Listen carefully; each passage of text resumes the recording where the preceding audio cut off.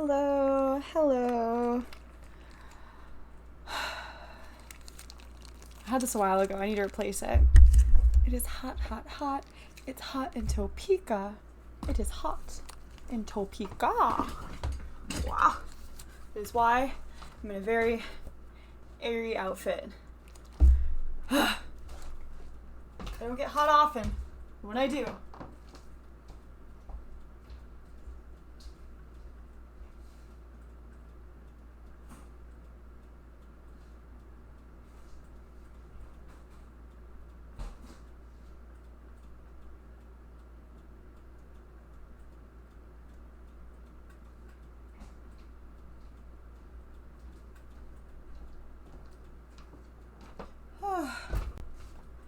all right.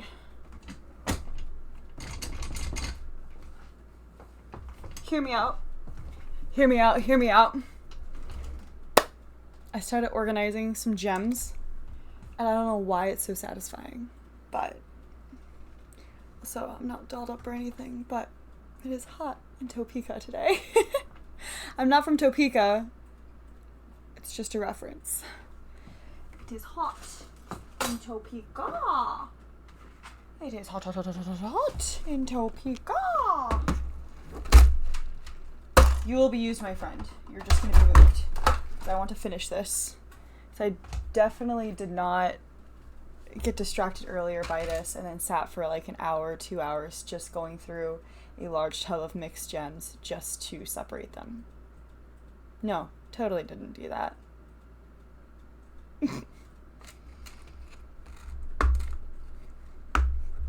Oh, I didn't put stuff on the YouTubies for like background noise. Because even if I'm not yapping, I want there to be some background noise. Let me... Espresso. It's gonna be espresso. Oh, if I could have Eurovision on in the background, I'd be so happy. You know what? Oh, it's everyone. It's all good. Library. My playlists. Give me my background Twitch ambiance, which is definitely just morphed into just big compact playlists, and I'm kind of okay with that.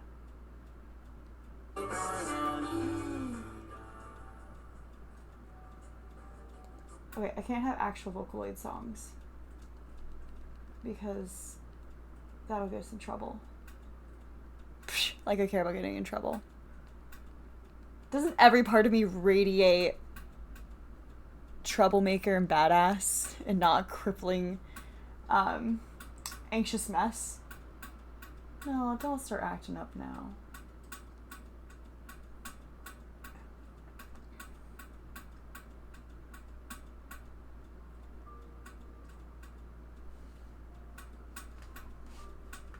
There we go. Because I'm gonna have my own video head going on my headphones. Because I'm a degenerate. Alright. Whew.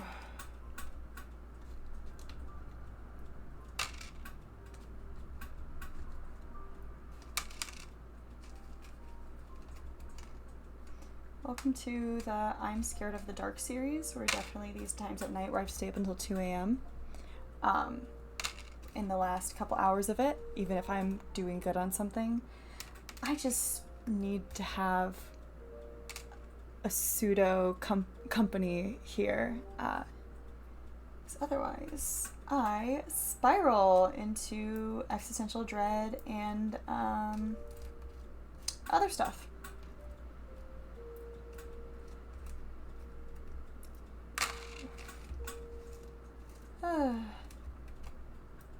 So anyways,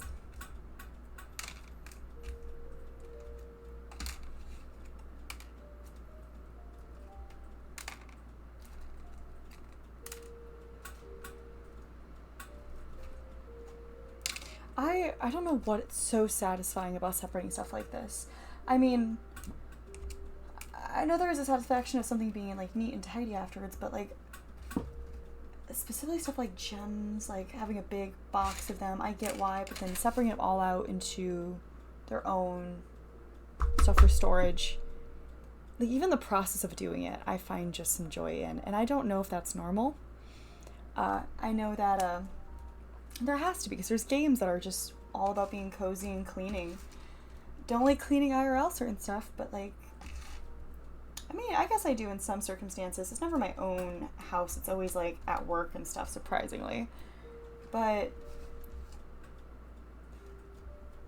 yeah, there's always whole games dedicated to cleaning and the satisfaction of it afterwards. I mean, I understand the irony of not wanting to clean, but then spending that time, or like getting off of a job only to play a game that's about working a 9 to 5, or not wanting to clean to play a game about cleaning. I understand the irony. I'm just wondering the psychology around it, and how, even though technically with my quote, I say quote unquote disorder, but it is a disorder, with one of my mental disorders, it doesn't like to be neat and organized and tidy. But also, I crave these little menial tasks. Maybe it's because I can shut off my brain. Who knows? It's nice. So we're just separating the gems. I thought I had another already, like a couple of these that were... Well, is the view that I'm seeing my own? Oh, whatever. It's all good. But it's nice. Guess I'm my own viewer, and that's okay. I get those numbers up, I guess. I say as there's no ads on this video.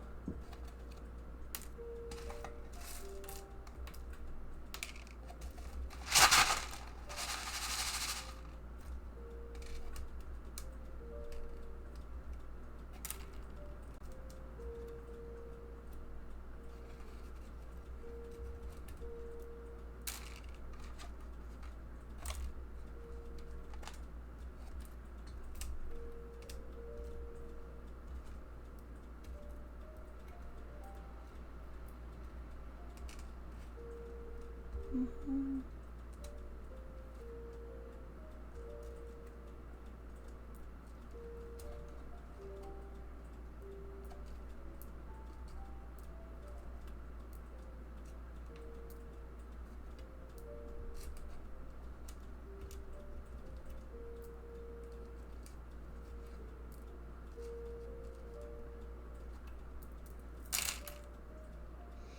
Mm-hmm.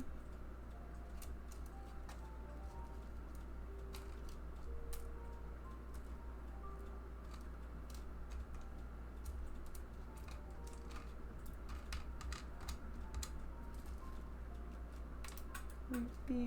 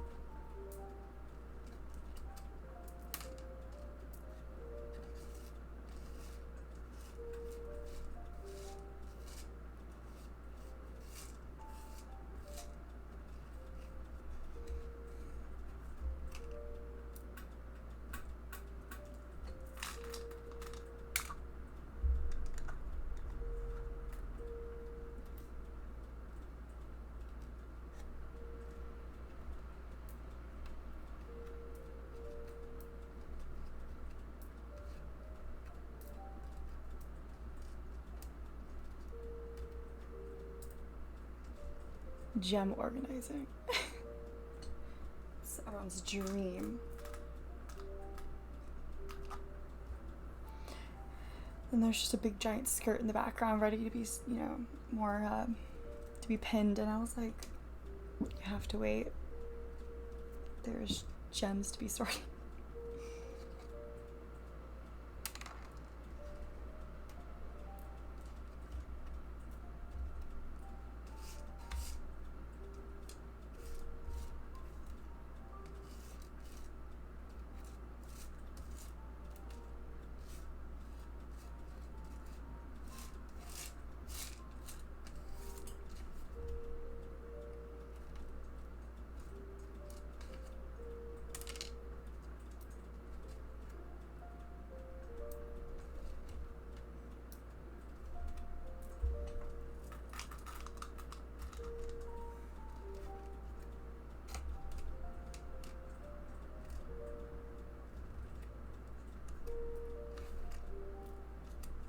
Almost done, and then we're gonna go to sewing.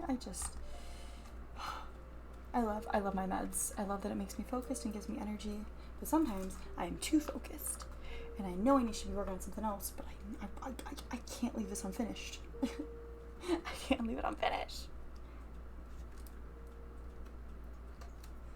I mean, if I had obligations to be like to a job or something, obviously I could stop, but when it's just like me trying to do it, like pull myself away for something else inside the house, I'm just like, why do that when I can finish this?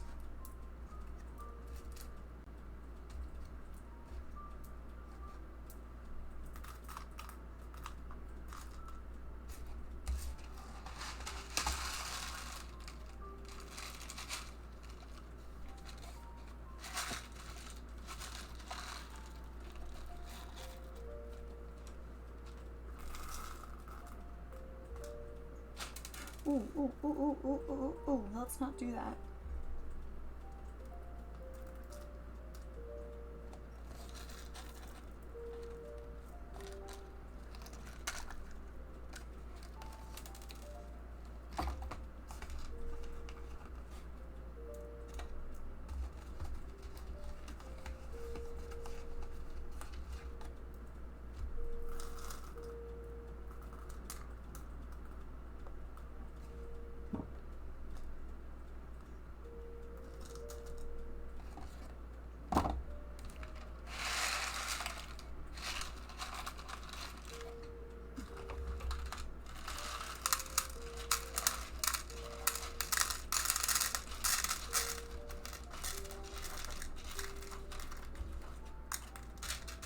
Here we go. Ah, feels so much better.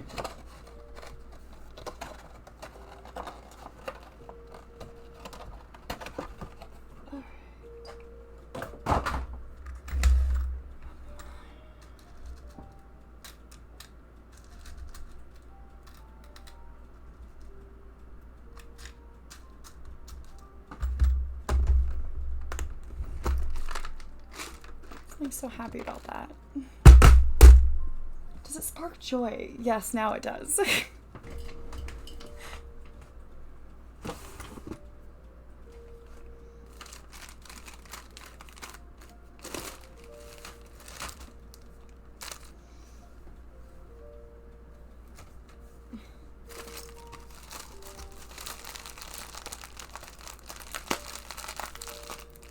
Bias tape.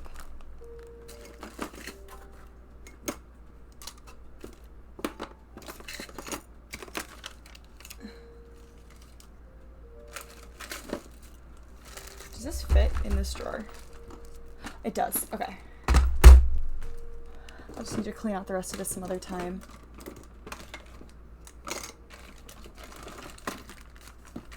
There's just a lot of odds and ends. There's only technically one spot left. And I'm like, what should I put in it? I'll be the lucky one.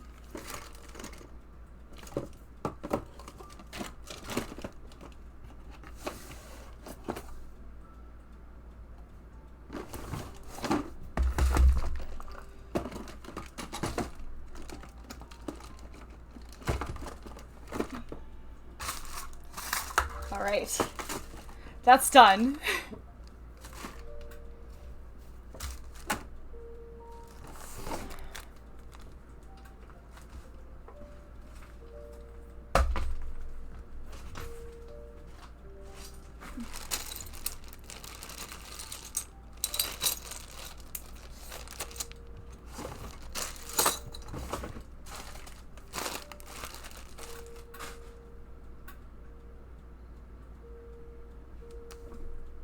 Why? Why? Alright. Time to head to the floor and continue pinning this. And the rest of the pinning cushion's already down there. Alright. Ah.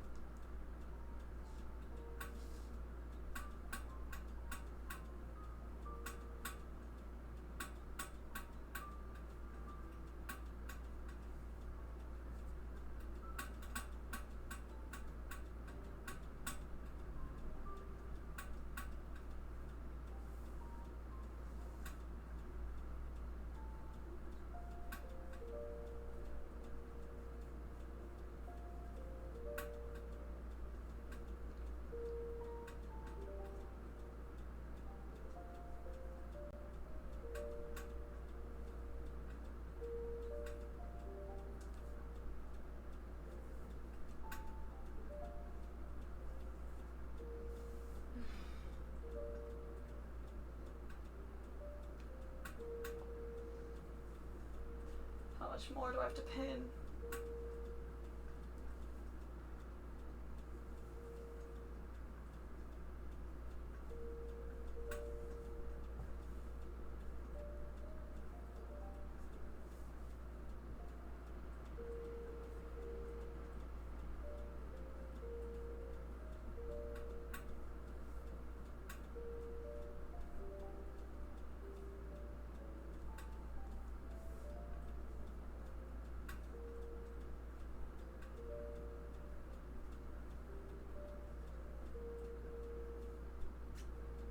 Oh, that's the top two pin. I need to discard that.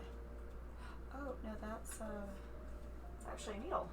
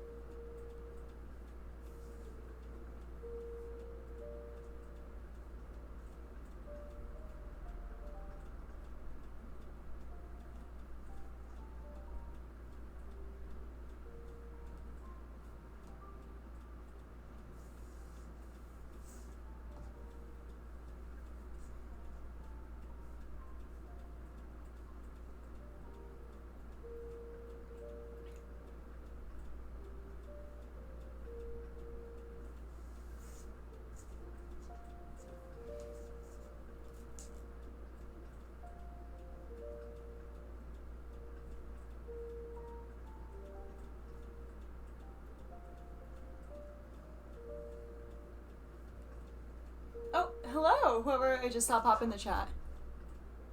Oh my god, hello. No, you. I'm just here dying in our house that doesn't have AC right now. And it's not bad, but my room in particular gets no airflow.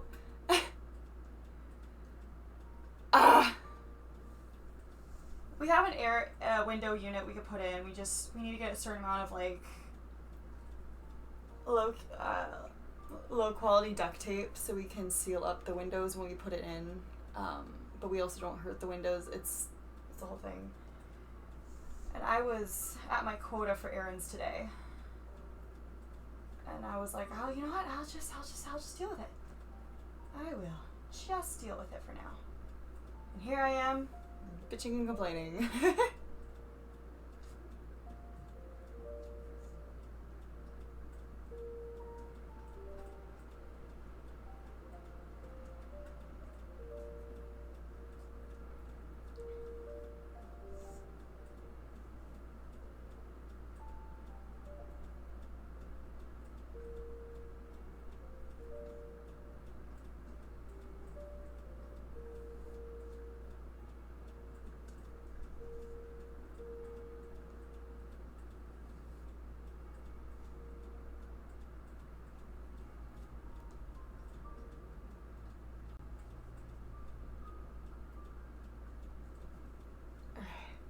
I want to see if this is even, because I haven't been measuring this. And that's on me, because I've been lazy. Let's see.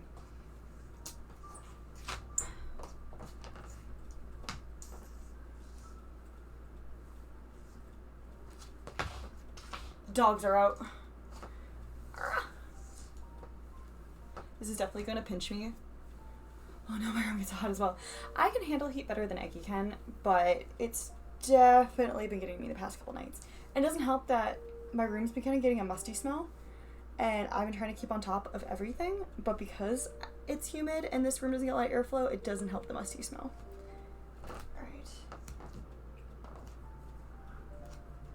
Okay, I actually could probably go up another one, but that's right at floor length. Actually, wait.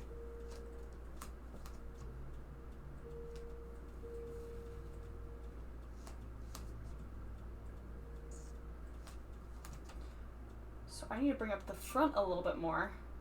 Cause okay, look.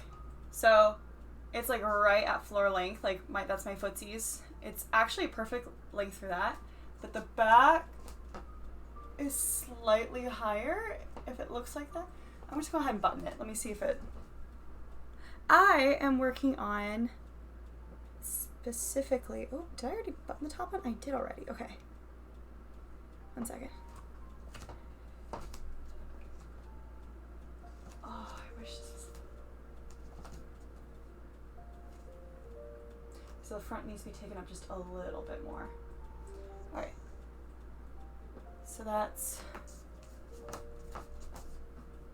Otherwise... Oh, but I never finished my thought. Also, hello! This project is for a outfit for Senku from Dr. Stone, but specifically it is his Treasure Island outfit. And what I mean by that, and what the fandom knows by that, is that there is a scene. This is a dress from like a split scene, where so they have to dress up to infiltrate this harem on the island, and they end up making, you know, because, you know, power of science and all that, they make shampoo, conditioner, and makeup for the first time. And they're like, and Amaryllis looks to all of them and says, well, you know, more numbers means more chances one of us can get in, so let's see how all of you look like it. And they take all the guys in the group, the 3 at that time that was in that little group, and dress them up as girls. And I'm making that outfit. It's a split, it's only a scene, but it definitely, it sprouted a lot of fan art and memes and stuff, and it's great. We love it. It's a great scene. Let me see if I can grab it. How's it going tonight / today? It's going okay.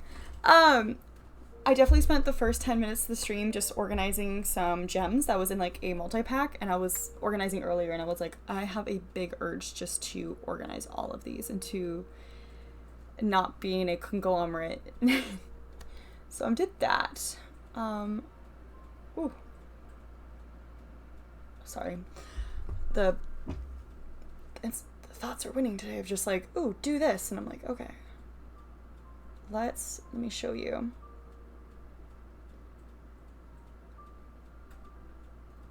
Okay, I found it. So it's not gonna be great because like it's not gonna show. It's like this outfit they put him in, and then a friend of mine is going to be sorry, am I too loud? Sorry, I have my headphones in and I also have that on. I'm just realizing how loud I am. But I'm gonna be the Senku version and my friend is going to be the Gen version. Yes, and I know nobody's in here for the first like 20 minutes, but I went on a whole little spiel about why is organizing so satisfying. Even if sometimes you're cleaning, even if you don't like to do it, like your thought of it, you don't like to, but then when you're in it, you're like, this is very satisfying. And then you can't stop. I mean, hell, there are whole games dedicated to cleaning and organizing. And that satisfaction at the end is, oh, so good. Yes. Organization. And sometimes it's not even like super big organization. It's just like, or like, for example, I got this under $2 thing to put floss, like embroidery floss on. I had this whole thing. I already had all the embroidery floss in here, but something in my brain told me I need to put them now all on these little things. Is it inherently making anything better? Not really. But my brain is like, listen, listen. If I turn up the brightness a little bit better, if you could see it better. No. If I turn it all the way down. Oh yeah, okay, so I have to turn it up a little bit. Yeah, so that's what it looks like. It's really funny. And then the actual merch that we're basing like designs on, because we've seen it in the manga for years. We're actually really excited for that scene, obviously, to dress up the guys in drag for a couple scenes. And we're basing it off of the merch that's like that. So he has it, I think it's a dress, but I'm making it as a 2-piece, kind of like a top and a skirt. So I'm making it that, and then my friend is doing Gen's version, which Gen is already androgynous as it is, and so even in the series when they dressed him up in drag, they're like, oh yeah, you could pass as a girl, absolutely. It's just that you're quote unquote too tall. Gen, I got a new PC and it's hugely excited to rearrange it. That's the best part. Like, honestly, sometimes when I just go in, but here's the thing, when I get in the spurs of reorganizing like big swaths of stuff, or like my whole living room is that, it's always like halfway through, the energy just crashes, or all the motivation's gone. And I'm like, well, this sucks. Now I just gotta put this all in a pile and wait till I have that spur again. Horrible. Oh, no, I've had a 3D printer. It's really sad actually, because, I'm slowly putting dollars together and trying to get another one again. But I've had 3 3D printers in the past, actually. But, and if you're part of the community, it's not uncommon to sometimes trade printers, and stuff. So I was trying to get rid of, I got this one printer for free. It was I'd gotten it, I'd sold my old one. I got like this, it's called the Mantis. It was a closed circuit kind of, not circuit, but what is it called? Closed system type of machine, where it was a lot different than the Ender I was used to using. And even though it, on the market, it goes for like $1,300, I just was not being able to get it to work. Like, it just is not for me. And so I was trying to sell it for just a couple $100, or I was trying to sell it for something, because again, it was perfectly fine. It just wasn't working for me. I got it to work sometimes, and then some things, it was just for highly skilled programmers, like Linux people. I think it was made for Linux, like, stuff. I'm someone who likes my Ender, who likes my Thingiverse, who has made a couple stuff from Blender. I'm still pretty new. I like to, yeah, that kind of stuff. I make cosplay props as well as this and that, D&D things. It's that. So I tried to put it on the market for like half of the price it's going on the market. So it's like $600. But this one person was like, hey, I actually have a similar, I have a printer I'm not really using and stuff. Would you trade it for this one? And it's like a really nice bamboo one. And I was like, sure. And mind you, even telling the story, I feel embarrassed sometimes but looking back, I did everything that I was supposed to do. So again, it's not uncommon to trade. I've seen and heard maybe from other printers, like they're like, oh no, it's not. But from everything, I listened about podcasts about scams.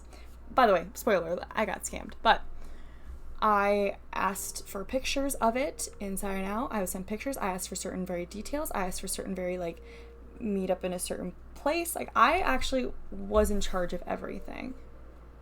So that's why it still baffles me how it got to the place it did. But mainly because I'm fluent in enders, not bamboos. But regardless, what was the thing? Oh, but yeah, especially because I was asking very specific questions that he was answering. And so I was like, okay, it's raising any sort of pink flag I have, red flag.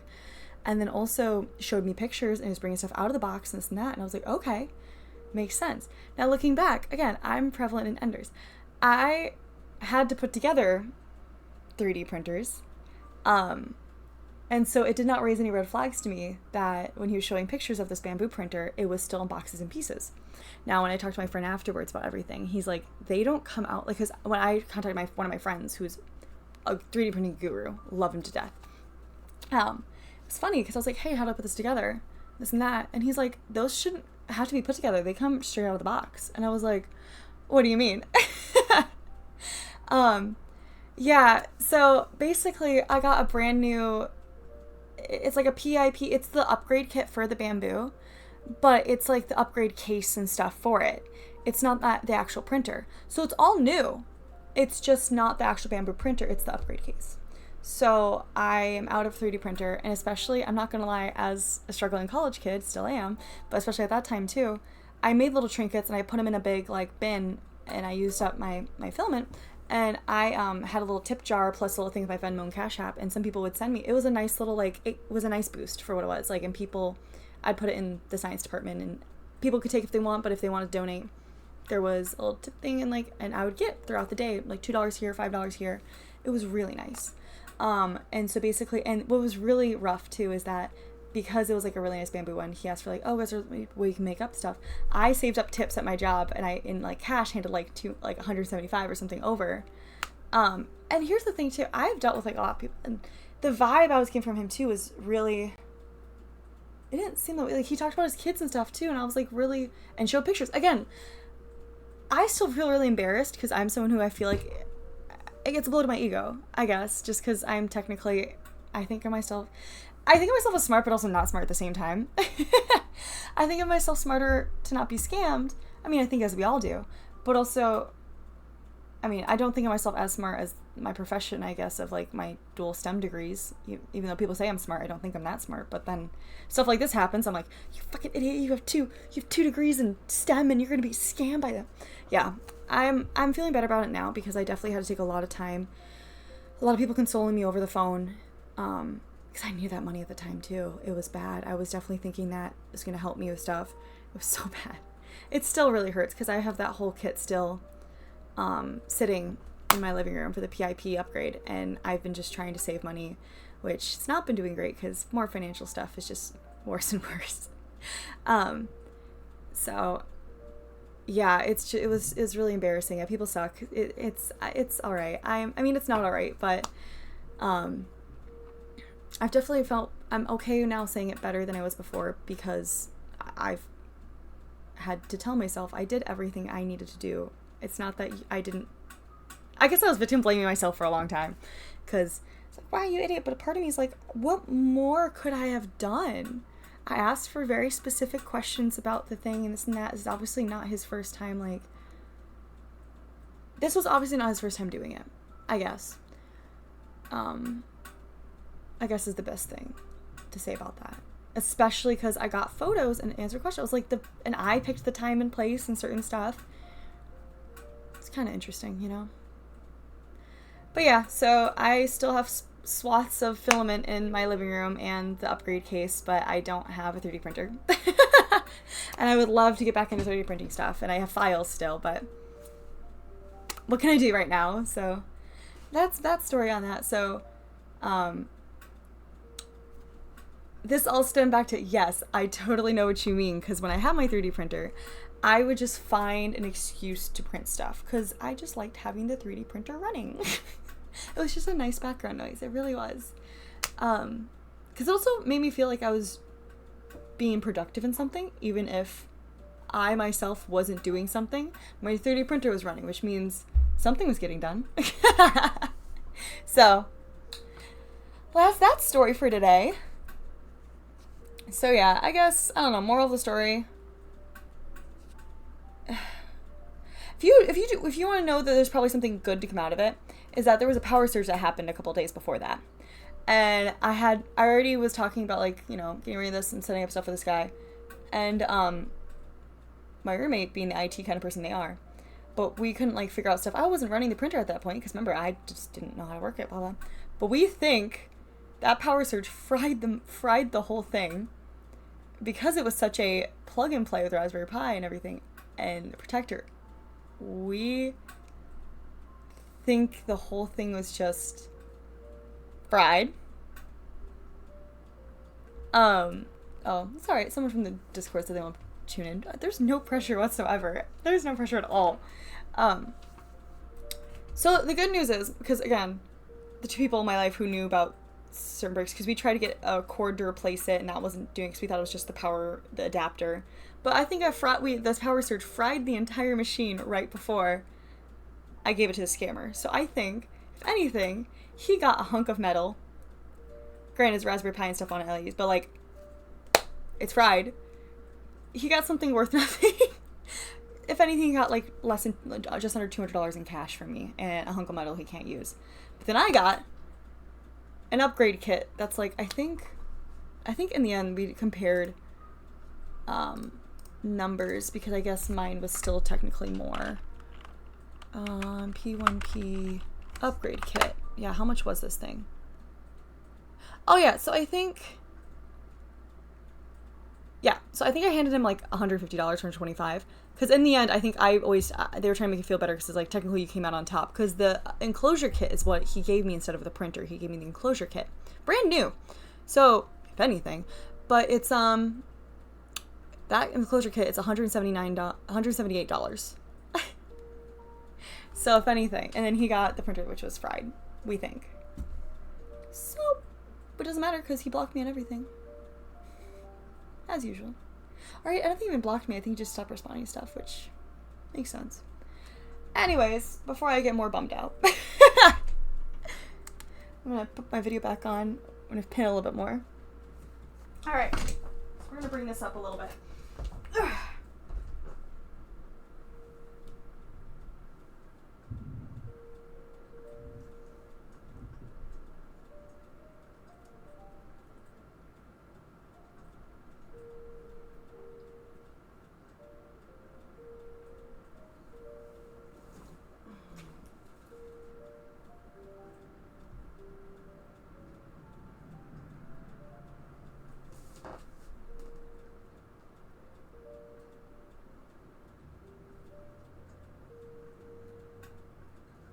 Also, guys, we definitely coming back into recession, because I hear more and more recession pop on the radio at work.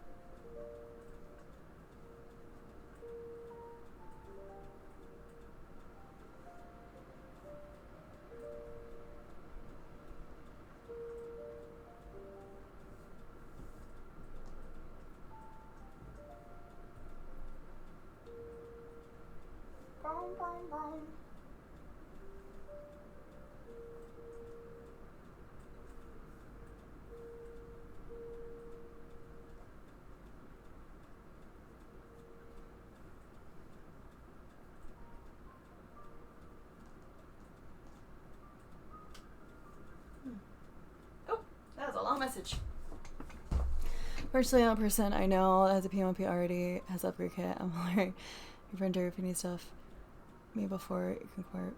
That actually really, I really appreciate that. Thank you. Yeah, I appreciate that. I don't think there's anything inherently right now. If there is, I'll let you know. I think I just also miss, like you said, the random, just printing out little trinkets and shit that you don't need for organization. Because I would never make someone do that for me, but that was definitely fun for me to do, just to like, what am I going to print today? And just kind of pick and choose some shit. It's very first world problems, I know. It's just, but yeah, if there's some big project, I'll let you know. I think it really sucks too, because I just learned how to 3D model for the first time, and so obviously I'd try to print stuff out to see if it worked. So I'd love to make more 3D models for people for like very niche stuff, but I can't.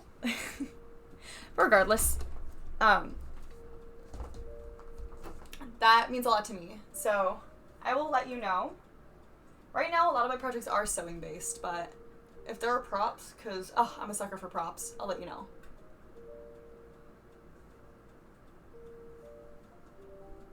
Dude, the 3D printing community in general is so amazing. Like, the people I met when I entered it was awesome.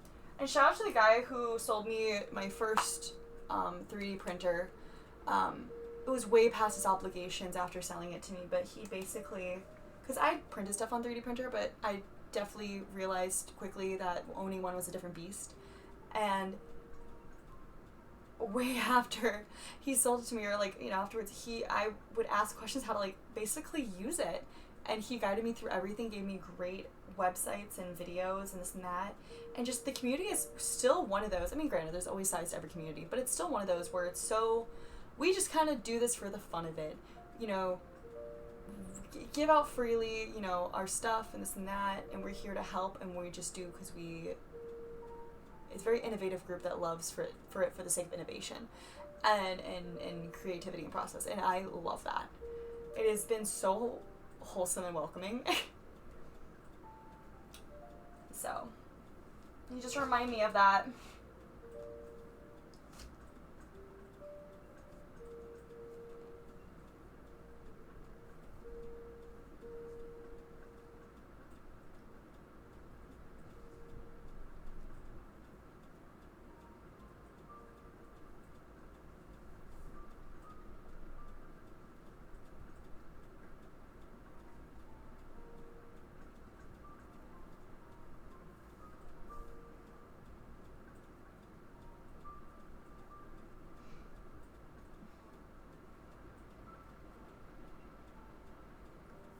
Alright, pins. I mean, to have a very crappy spare printer, you're welcome to tell me more. But you would be more time ahead. Wait, hold on. I mean, I have a very, very crappy spare printer you're welcome to just have, but you would be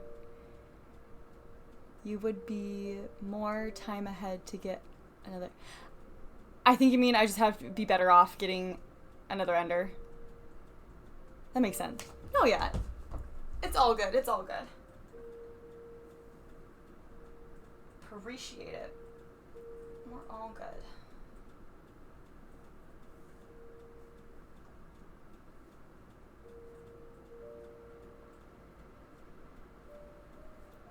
I know, and I mean, that's what I started on, was one of those really crappy enders. It was, that's where you gotta start, right? And I've definitely looked back on that with fondness. So proud. And again, looking at some of what printers you do with all their like super smooth lines, this and that, and triple colors, I was just so happy to get something that resembled a shape that I could sand down of like what I needed.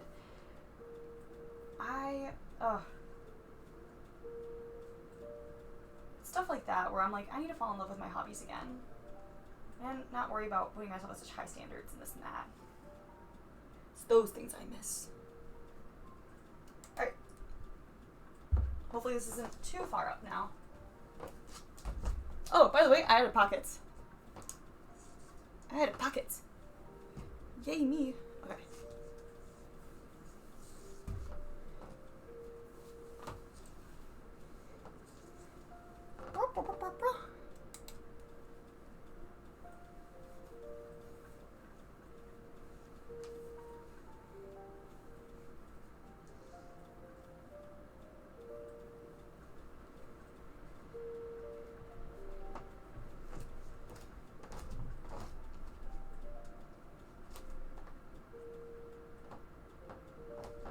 actually looking a lot better.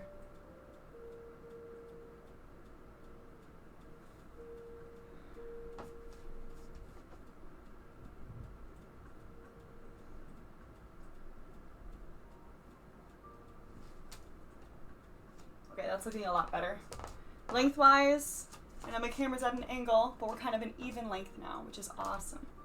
Ish. Could I do it in a more professional way? Probably. But we are not a professional. And it's good enough for me.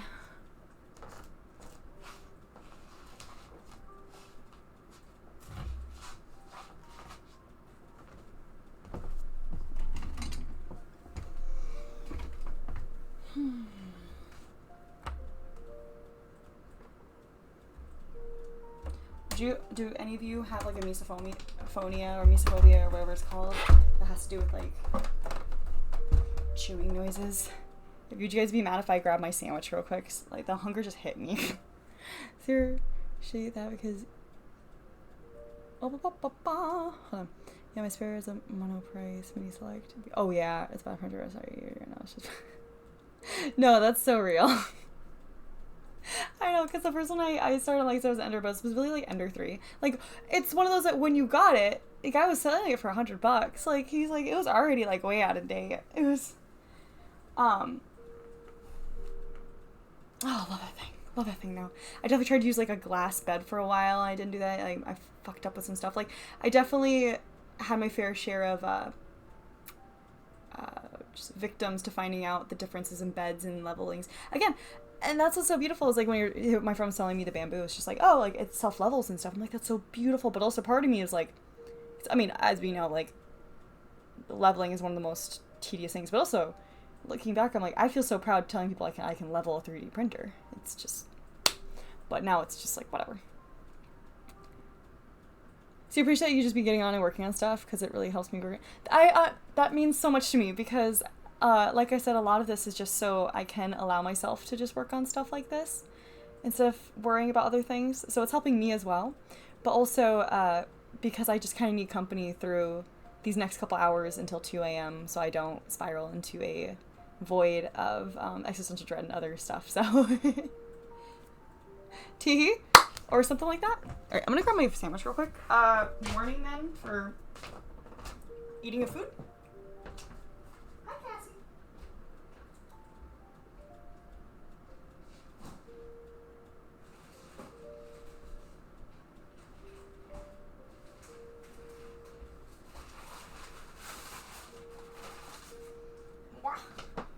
God, the sauce is leaked through the bag. I'll be here. I just got my Subway sandwich. Oh my God, the sauces.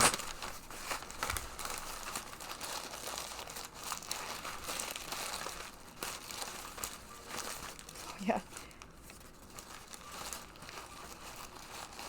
Oh my God. I work at Subway myself, so I get my sandwiches half off. And my coworkers don't skimp on anything, but unfortunately it also means sauces. Mm.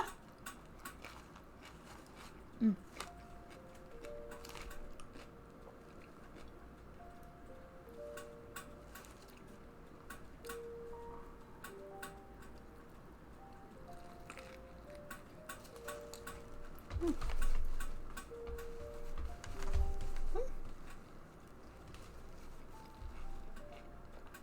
Hi, honey. Hi, Miss Cassie.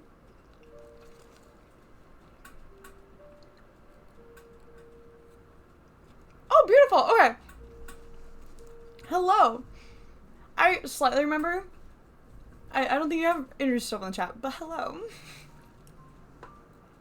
I love that you're from Techo. I love that several people that has popped up in the day or so has been from Techo. I just applied for one of the press passes because I talked to one of the guys who works on the team, and told me to apply. So I was like, I don't have big numbers. I just really enjoy making some videos that are like, you know, amateurish, but really fun. Oh my God, trying not hard to spill coffee in my desk did anyway. That's such a mood. I'm so sorry, honey. You're all sending all the good vibes. But yeah, Jedi with the droid on his shoulder. I think I know. Did you have like a microphone in your thing and was talking, or Carried it so carefully. Oh, honey. That hurts the most. Oh. I met several Jedi, but I think I know which one you are. And also don't feel bad too. I forget, like, even people in my life know, like, I have a memory condition, and I tend to really forget stuff really bad.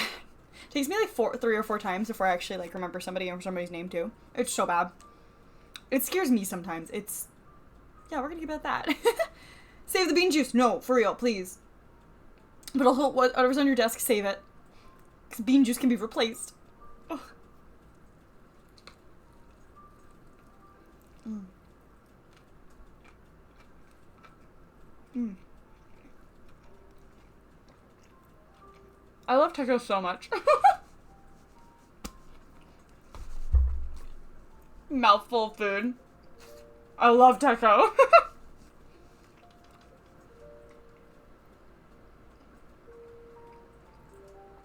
It's personally one of my favorite top 3 cons. If not up there at 1 or 2. I live like 4 hours away from it, but God, I'm so excited to go back. To answer crazy in the house right now, to like, so I'm just, oh no, not the stove coffee real. To answer, oh my God. Oh no. So I'm like, oh no, not the stove coffee. Like, yeah, auto text. Okay, because, like, I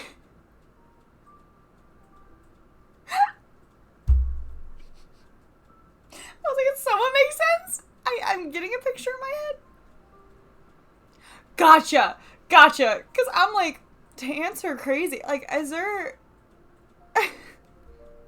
I started making connections in my brain that I was like, okay, this has a plausible story of what this means. That makes more sense. Oh, that's so sad. And as far as I know, I'm the only one at the live Jedi. Gotcha. Okay. Oh.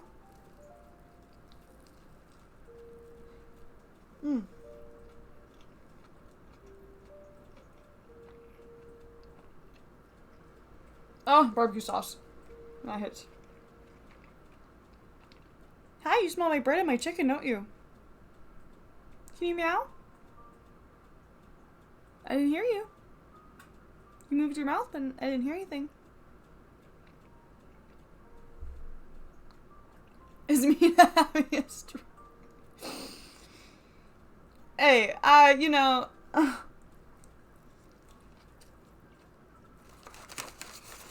I have those moments without having a stroke. I just call it buffering. What? Do you want some bread? Okay. The cat's sitting here begging for food. Do you want some bread? Cassie.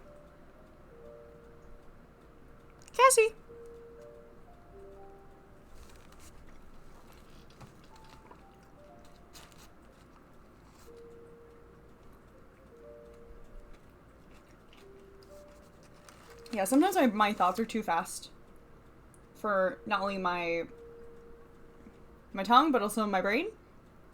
And I end up having something that sounds like your autocorrect thing without having a stroke. And then I have no excuse. Ah.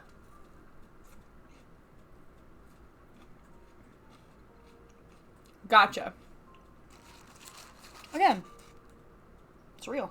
Real as hell.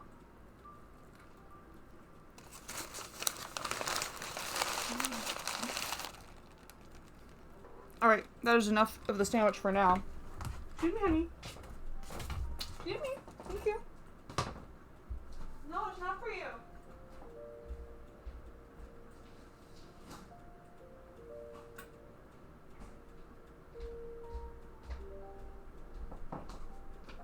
Rumi surprised me with Chinese food yesterday because they knew my order. They didn't want to do dishes themselves, so they surprised me with Chinese food. And so I paid for our Subway today. Alright. Considering taco It is a 10-minute drive. I'm most likely going, although I'm not super into anime. If my friend is going, I'll be there. I mean, that's fair. To be fair, so I've been going to conventions and stuff for like 10-ish years. Almost 10 years coming up. On and off for 10 years just because, what's it called?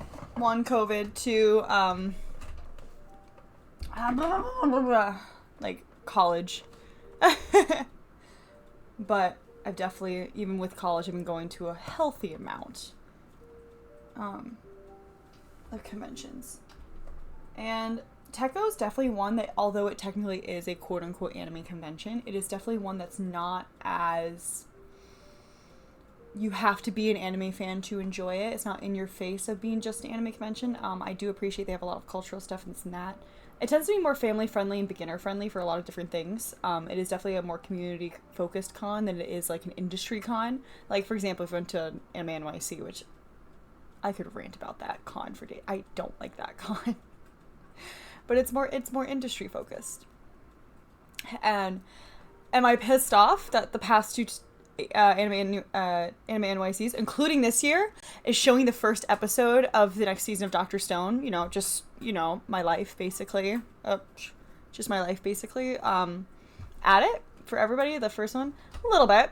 But, it is definitely an industry con, and, if some, obviously I would know why some of the people there are kind of big, but if, conventions are not only just for the people that are there who are already fans, it's definitely for people to become fans of stuff too. And if you were to walk in and go, hey, what is that person? Like, oh, it's the creator of this and this, or the producer, you're like, well, what's that? And then people go, like, it's fine. Like, you're not going to know why those people are up there. I'd know why, but also, I can also not care, like, I'm not going to wait 2 hours in line for something like that, but, yeah, it's, Tekko's definitely more of the easier ones where they do actually get some big names for us, but they're also still, it is not just anime focused. It is, you've got the Lolita community, they bring out a lot of the fashion stuff for it. They actually cater to a lot of the idol community, which tends to be more anime focused, but actually, considering a lot of them are Vocaloid focused, it's not technically anime, because Vocaloid is not anime. I don't want to talk about the movie that came out. But, so we got singing, dancing, fashion, all these different types that are not inherently anime. As well as a lot of panels that are very family friendly and fun, that are about video games, about this and that. I hear you. About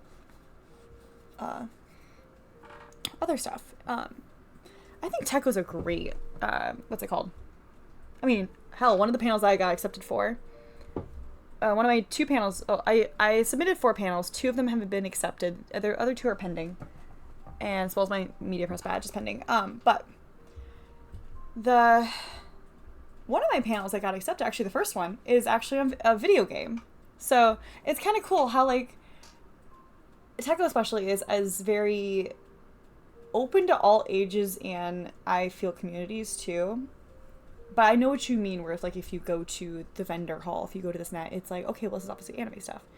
But I don't know, as for me, who's been to, like, different ones and both sizes, bigger and smaller of that, or more focused on one, because that's what's so cool about cons, because you can go different ones and you can be like, okay, well, this one's more focused on zeroing in on, like, pinpointing, this is gonna be nothing but this convention, or you can have ones that are very kind of like Tekko, where you can have ones that you could cater to several communities at the same time without inherently ostracizing any of them. And that's what's so beautiful about it, in my opinion. I just sang the high praises of Tekko in their form for how many hours, and I'm sitting here going, I love Tekko again. But not only that, because of what it is and what it does and how it's set up, well, a lot because of how it's set up, but that goes into, I think the staff and the stuff they've cultivated, not only in the staff, but the community around Tekko they've cultivated so far and continue to cultivate, is a very, very good one. Also, I haven't seen a convention like Tekko of its size, because it's technically a bigger convention, or mid-size too big. It's like a lower bigger mid-size, if you know what I mean. That really works with its community as much as Tekko does. The fact that we go in and there's, like, shelters there that, like, Techo even says they try to bring in more of the community's like stuff with it to integrate with it, with the convention, into the vendor hall, the kitten booth and stuff. Last year, in the vendor hall where you could pet kittens and they're all ready to adopt, and they were all adopted by like the first, like each day when there's kittens coming, they were all adopted by the end of the weekend. That's amazing. It's very like, this is just, again, from my personal experience, I could write a whole article on this, and I'm considering. It is very wholesome to see all of it, all put together in Techo, as well as location. I could talk about how much I love it. And again, it's my personal experience. I know some people may not have a good experience, but I guess maybe compared to what I've seen, it's just like, mwah. All right, back to sewing. Do I want to increase the length? I'm fine. It's famous last words.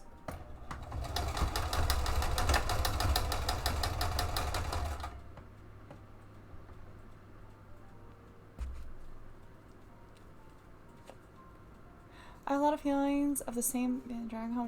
See, that's fascinating. So, like, the good feelings of Dragon Con, or are you talking about Anime NYC? Because I don't know if you're slightly behind. Because I saw the preach, I for all the time my mouth always moves slower than my brain felt, first of all.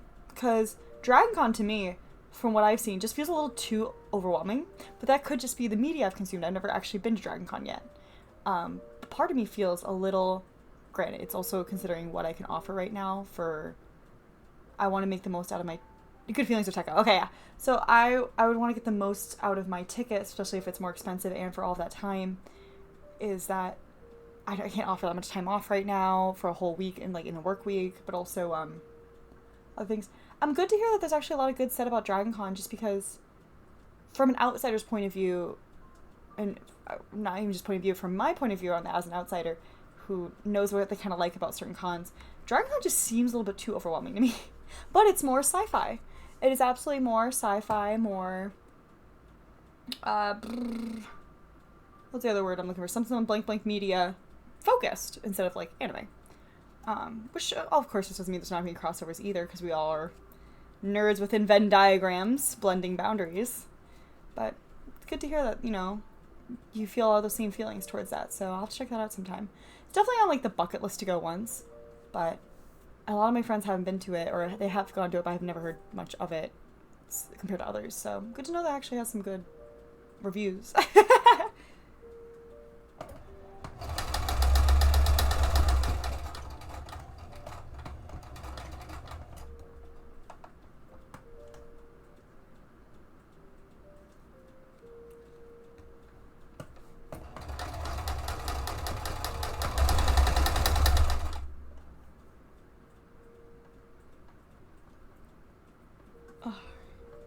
Everything I see about Dragon Con, I'm like, this looks cool, but I don't know if I'd be overstimulated.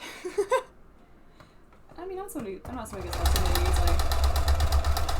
I'm just also an anxious being sometimes that's like, feels like, and granted, it's also due to my financial situation right now, where if I'm spending all of that commitment, spend all that money, all the time, all the commitment, all this and that, and energy, I want to make sure I make the most out of it as possible. I know that one of my booths I work at the Ren Fair sometimes goes to Dragon Con, so I can see if they need help with that.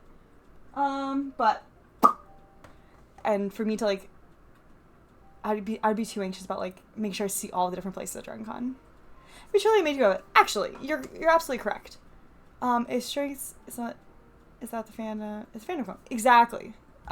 Also, before I finish the rest of it, like, it's really what you make of it, and that's why like sometimes when I have a really good con or a really bad con, I have to like take a step back and go, was it really good or bad because of something with just myself, or was it like something that actually was the con, or was something outside the con's stuff? Or for example, I saw all this stuff about Techo, but this will be my 4th year going, and I definitely, for the first couple of years, I had a great time, and it's like, okay, let me make sure this is actually not just a one-off thing, and this is not just a one-off year I'm seeing this stuff.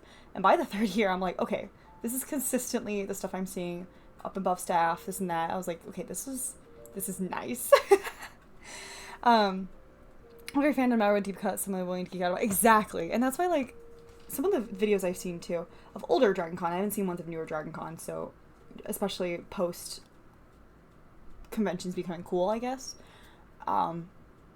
is that there's such niche cosplays in those videos, and people are not afraid of that. And that's why sometimes I get in my head about wearing stuff that's like quote unquote popular, but also, or following trends, but not really. I'm glad I've beat my brain down and be like, no, I'm going to wear my mashup of a Eurovision 2023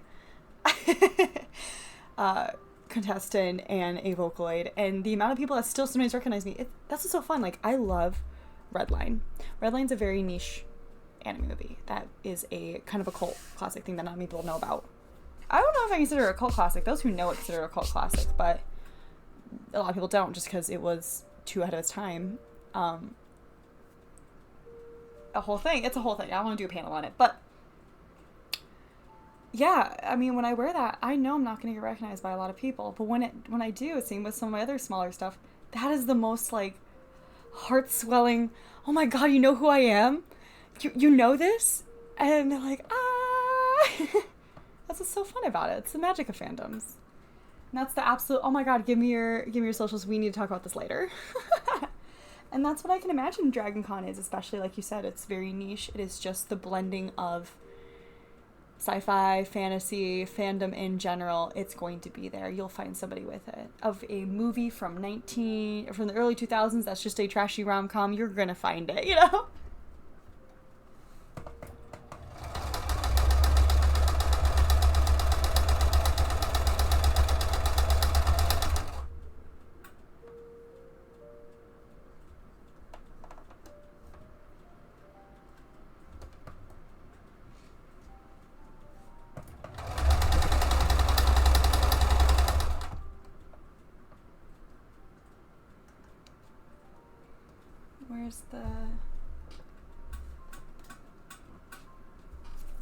There's my phone.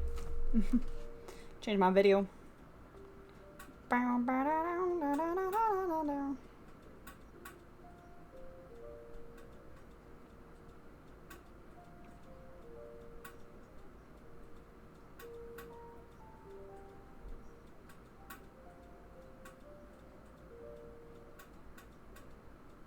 So I got a Sega ad for their merch. It's awesome.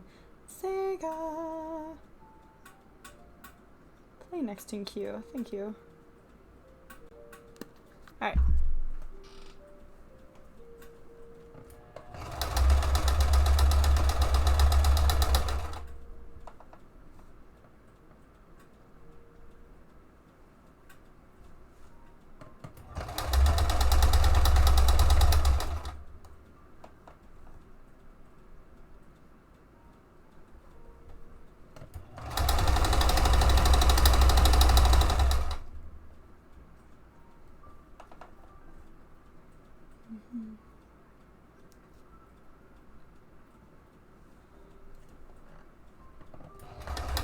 Yeah, I have to remind myself that sometimes cons are truly what you make of it. I need to remind myself, because sometimes I get too in my head about putting expectations up for myself.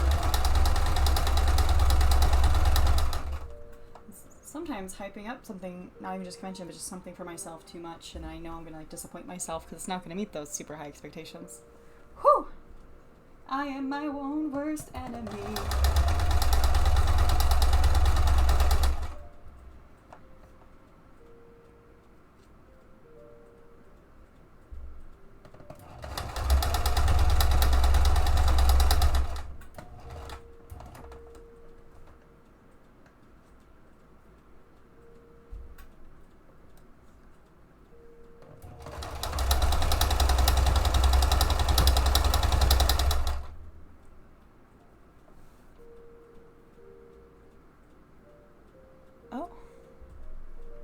An example of odd niche cosplay is the last 3 years of 2 Pokemon trainers with the Mirror Ball.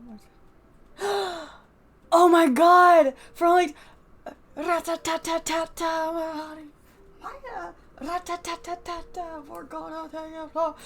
love Electrical Boy.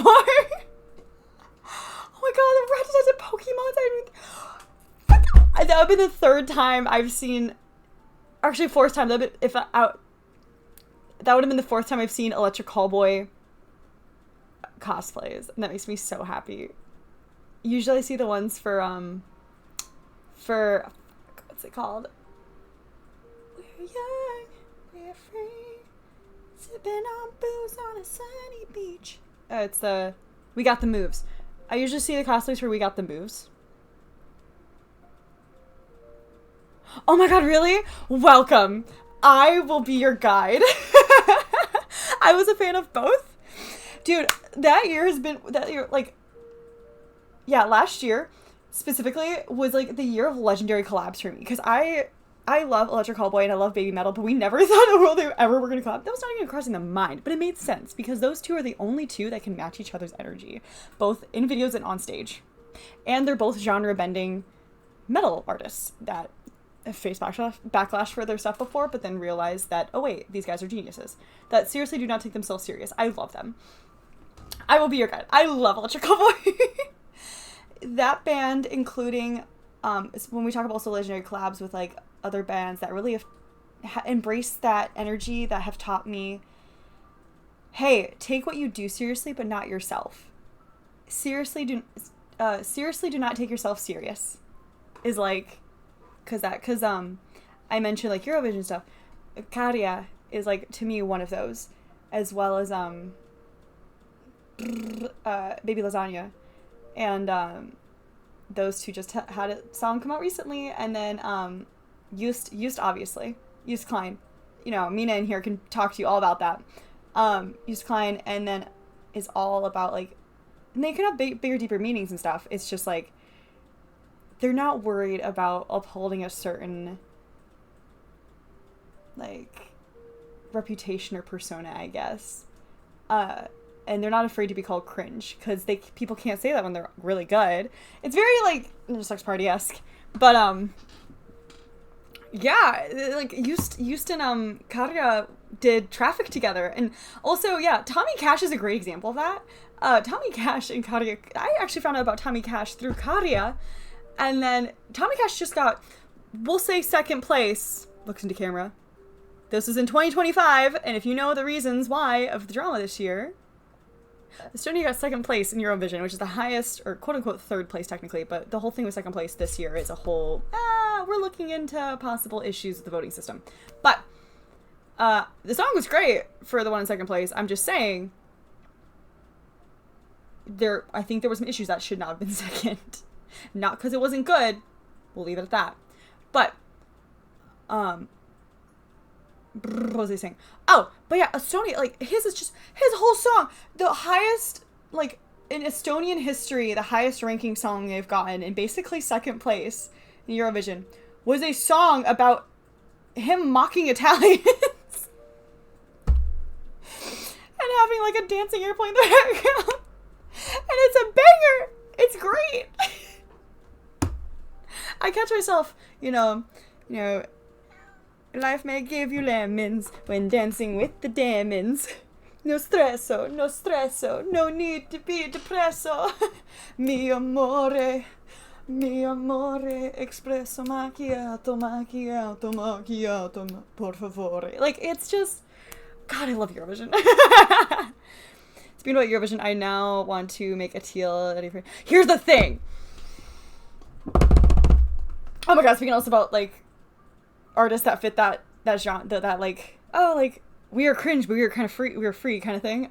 This year's Iceland Boys, we love them! Low-key, a friend of mine, since we started making, several of them actually, we've made like crossover, but like Eurovision cosplays, and this year in particular, I want to make like 3 different Eurovision cosplays from it.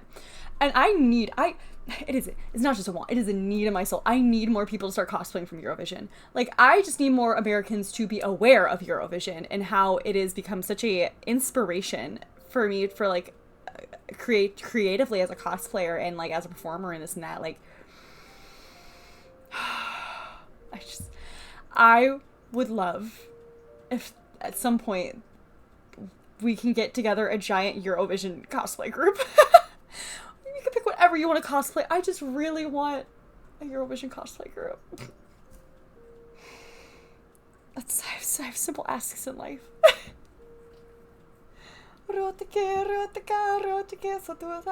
Like, oh, stalking me off. Whoa. What do you mean they have Minecraft graphics in their stuff? I love it. Ugh. Yeah, please. More people need to know about Eurovision. But how do you know what they're saying? Shh. It's 2025. There are subtitles. Thinking about things was iconic. Like, yeah, regardless of you or not. And that's the thing. So fun fact, so since you're introduced now to Electric Callboy, technically they applied and they were a running contender to go to Eurovision. With specifically Hypa Hypa. And obviously they didn't get in. But I highly recommend, if you like Electric Callboy, I highly recommend looking up Rintin Takadim. Or if you hit me up in the Discord or in my DMs, I will gladly send it to you. That plus the mashup they did, which literally, it kind of made Eurovision history. And also, it's I'm not, part of me is like, I'm not a huge fan of Eurovision. I have not been a huge fan until recently. I'm still a relatively new fan. But the impact it's made on me, like I said, as a creative, but also as like, I'm also a singer. I haven't been recent times, but I sing competitively and in opera. I sang opera, not in opera, but I sang competitively for also show tunes, but also opera pieces for 5 years. And I started taking vocal lessons last year again, and then burnout happened. But in general, it really ignites something, especially this year. The amount of camaraderie and togetherness, especially after last year's BS that happened. Seeing really all of them have fun together, and it's not all about like, oh, it's like do or die. It's all about like truly united by music. It was such a good year. It's not even just about the music, which they had nothing but bangers this year. Absolutely. That, but also, like Milkshake Man still plays in my head constantly.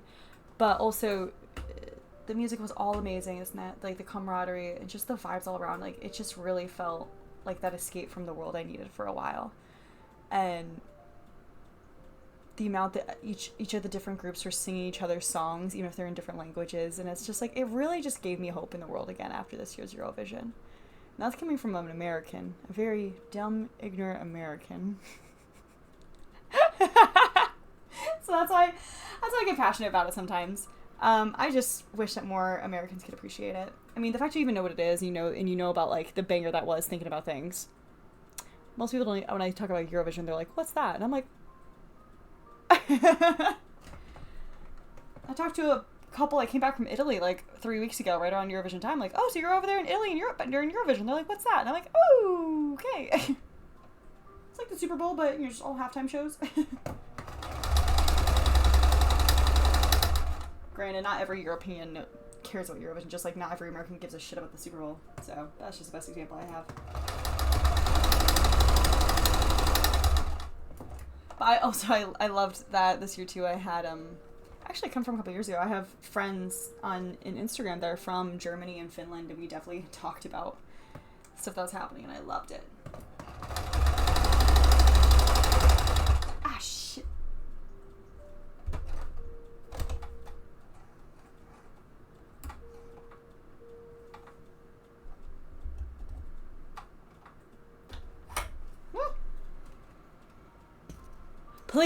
Please do Karya and youth. Have you seen all the art that's been coming out about like people basically making like the Eurovision Avengers? And it's Karya, Youth, Tommy Cash, what's the other one? Kai, and Erika. And I think some people add in like Baby Lasagna and stuff too. I said used as well, right? But yeah, they're making those like these like Eurovision Avengers group. I love it. I love it so much. Alright, I need an ice pack and I need another spool of thread. Come. Dun, dun, dun, dun, dun. Yo, Malta's song this year is a pride anthem. Hi. Well, hi.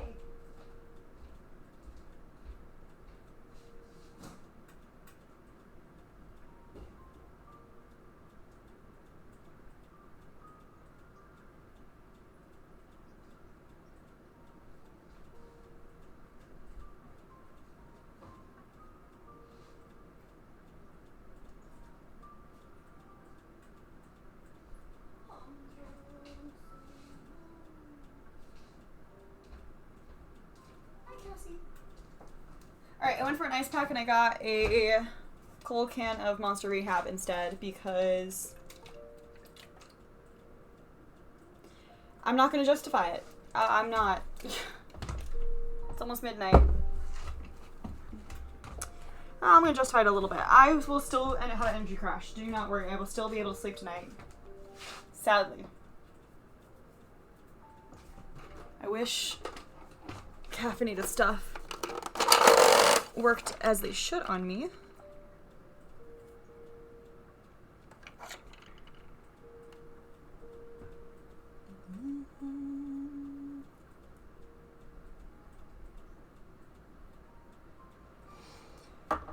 It's gonna be darker than I need, but that's fine.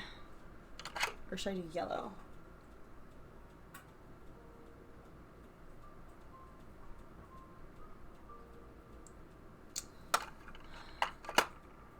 I don't have tan, but I've got brown, I've got yellow for this stuff.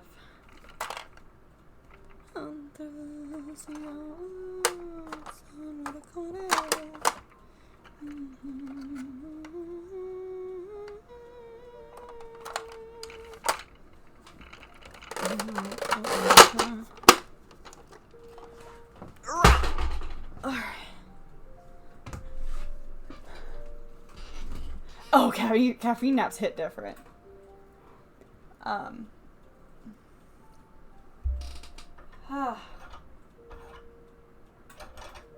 Yeah.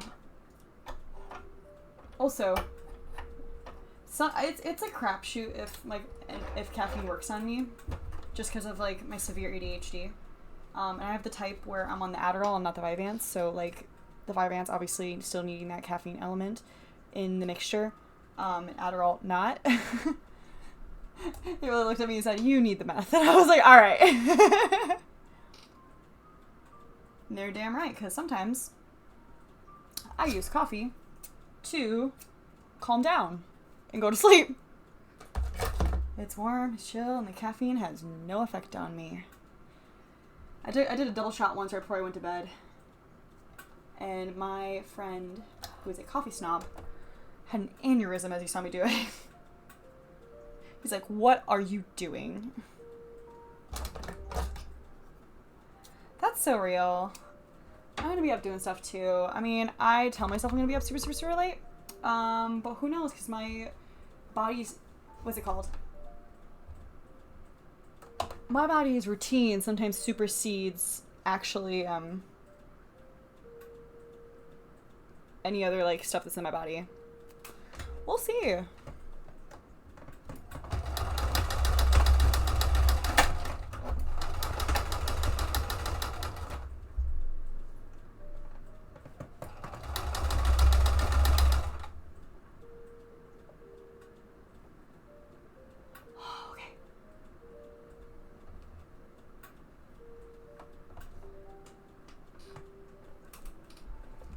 Oh my god, it's already sweating so much. It's so hot in here.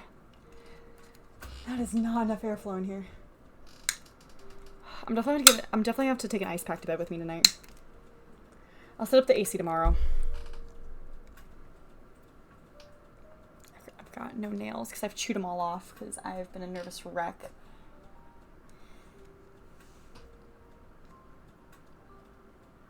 Ah!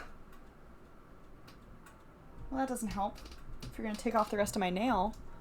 Alright, so we're just going to... Oh my gosh, by the way, y'all. Especially, Mina, you're going to love this. I finally did a photo shoot first time back in like what felt like months, I think. Like a proper going out having fun just photo shoot. And as I struggle with this. But oh, I got the raws back and selecting some of them, and I'm just like over the moon because I cannot believe we found that waterfall. It was awesome, and it looked so good.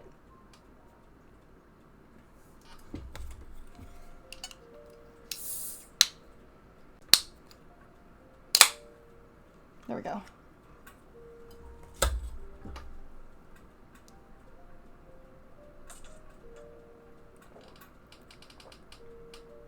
Real. The mocha pot, real. when I worked at the cafe down the street, it's when I finally learned how to actually make like, because I had a drip, like a regular coffee pot before, like the drip coffee, and but I didn't know how to make it in a way that I would like I would taught how to make coffee, but I never grew up with coffee, so by the time I had it as like in my 20s, I didn't know how I would like it or how to make it that I would like it. But when I worked at the cafe, I learned how to make lattes, and definitely I definitely got I went to Facebook Marketplace and I found a really cheap espresso machine from a Mennonite couple who had barely used it with a full cup. I got a fucking steal on it. I'm not gonna lie. I got it for like $40, and it's so good. It's like dual cup. So I definitely started using shots of espresso. Espresso. A waterfall? Yes. Oh my gosh. I wonder. Maybe I can just do that. Hold on. Wait, if I go to gamer, does it go just... I've not streamed in so long, y'all. I don't remember how to actually work Streamlabs. Let me see. If I go to gamer. Okay, yeah, it just shows my screen. Okay. Let me go real quick. Let me...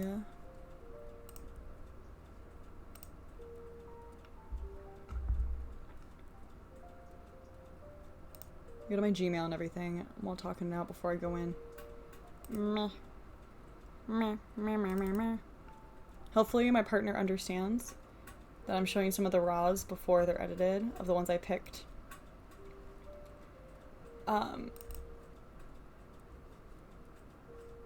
So my partner is the one that took these photos. Can I... Okay. Oh, I can't, like, look through them? Well, that's interesting. Okay. I can't, like, look through them high, like, full screen, but...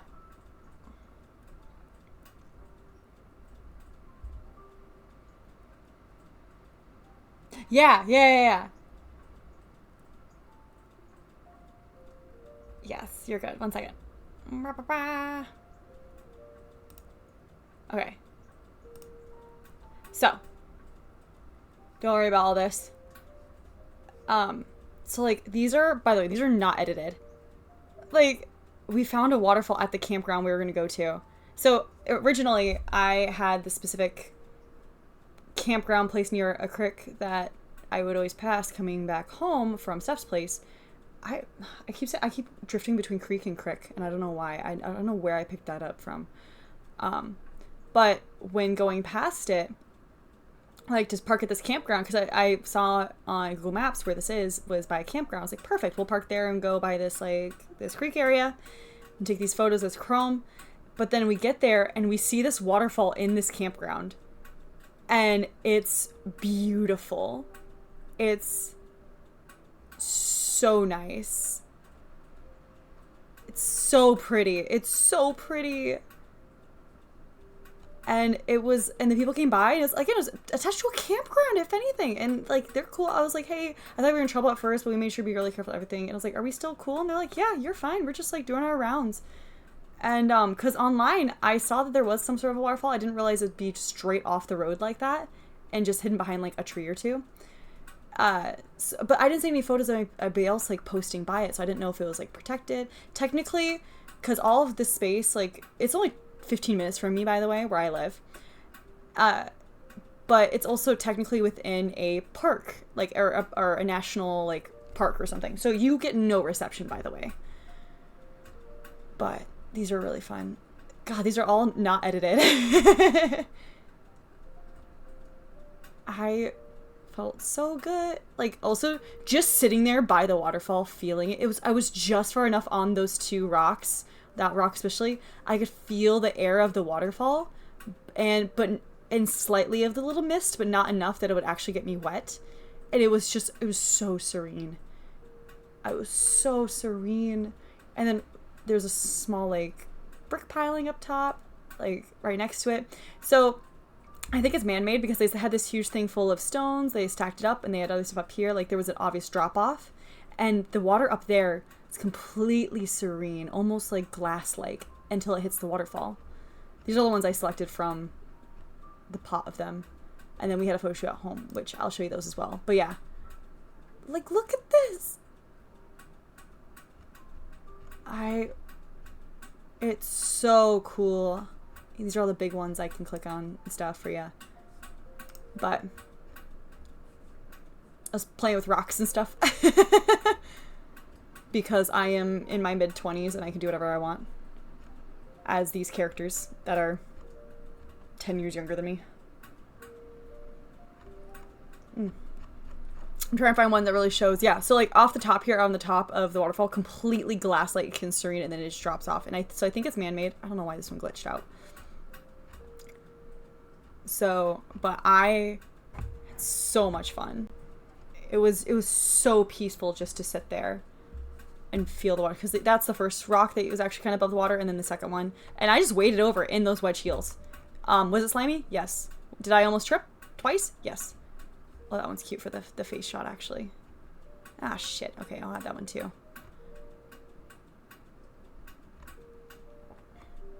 Oh, yeah, like these little, like, stones I had to waddle out and step on. So, there's a lot, because, you know, photo shoots just keep snapping, especially with stuff like a waterfall in the background. But it was honestly, there was a moment where I was like, can I just sit here for 2 seconds, please? Like, this is really nice. And then, oh, I didn't see that one. But yeah, so that's, by the way, from the waterfall area, you look over here, that's my car. That's what you see on the other side of this little, like, creek area. That's by the road. That's how close it was, and, like, off the road it was. I was like, oh my god. Why does not more people, like, know about this? So. Alright, I need to check back to the chat. Oh, hold on. He actually tried to get photo of, like, yeah, see how serene the water is? And then it hits the waterfall. Yeah, he's trying to get, like, a reflection of me off the water. Alright. Oh my god! And Brooke showed in! Hello! Hi! Hello. Oh wow, I know. Okay, rocks. I can dig that. Are you just making puns now because you can?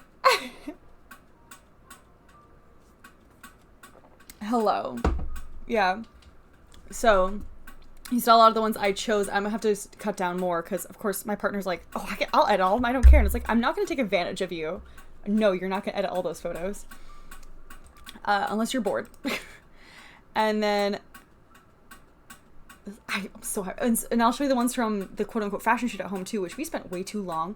One, trying to figure out one of my many outfits I wanted to, like, put together, because he's like, I didn't realize how vast your kind of, like, wardrobe is. I was like, but yeah, that's the reason why I want to, like, start photographing some of my more, the gothy, punky, weird street fashion style. I don't know, like, when I'm trying to find my style and have some fun with it, and since you want more stuff to edit and photograph, this is a win-win situation. And he's like, you're right. It's like amazing. It's adventure from Overwatch. I can do it. Gotcha.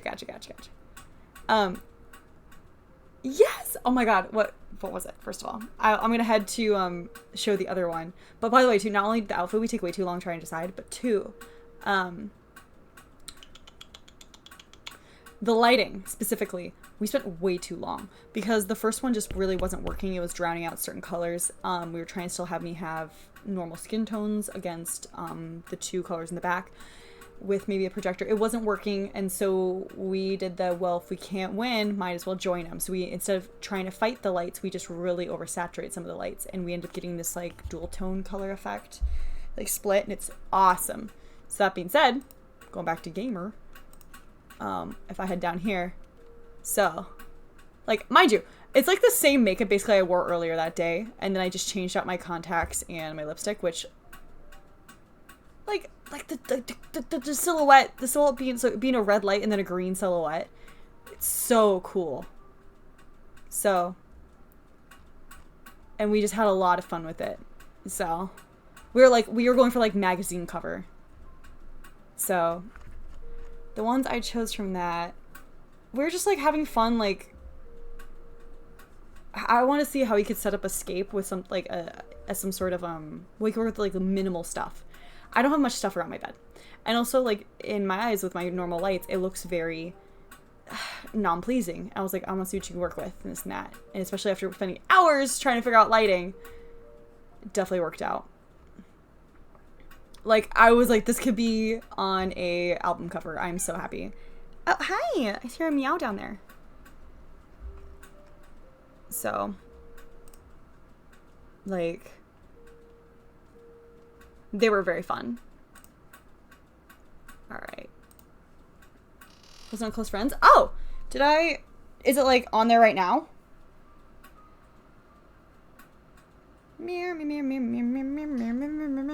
Don't fight me, Miss Ma'am.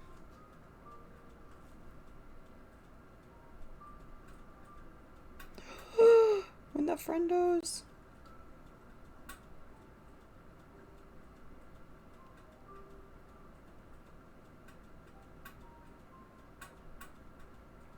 Oh.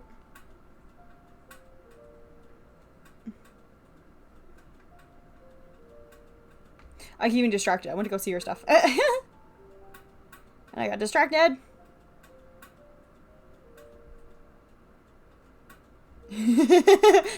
Sorry, the first thing I opened under close friends was from like 22 hours ago, or like last night. He's playing a thing event. I'm just like, kind of real. Can't say anything, but I was like, this is funny.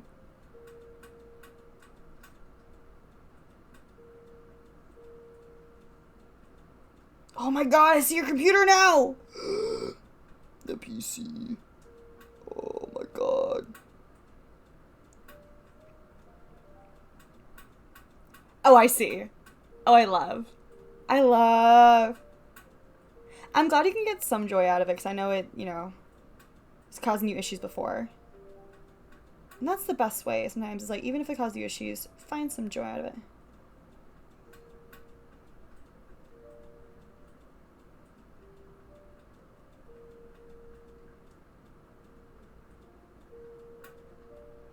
Alright, there's too much stuff on my For You page that is definitely for you. And it's too targeted, and I need to get off now before it gets to it. Ooh, that algorithm getting too good. It's too good.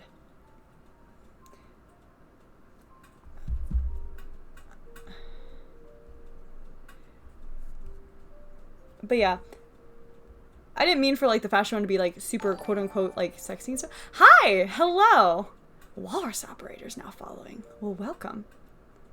You found me from browsing! Oh my gosh, hello! Hi!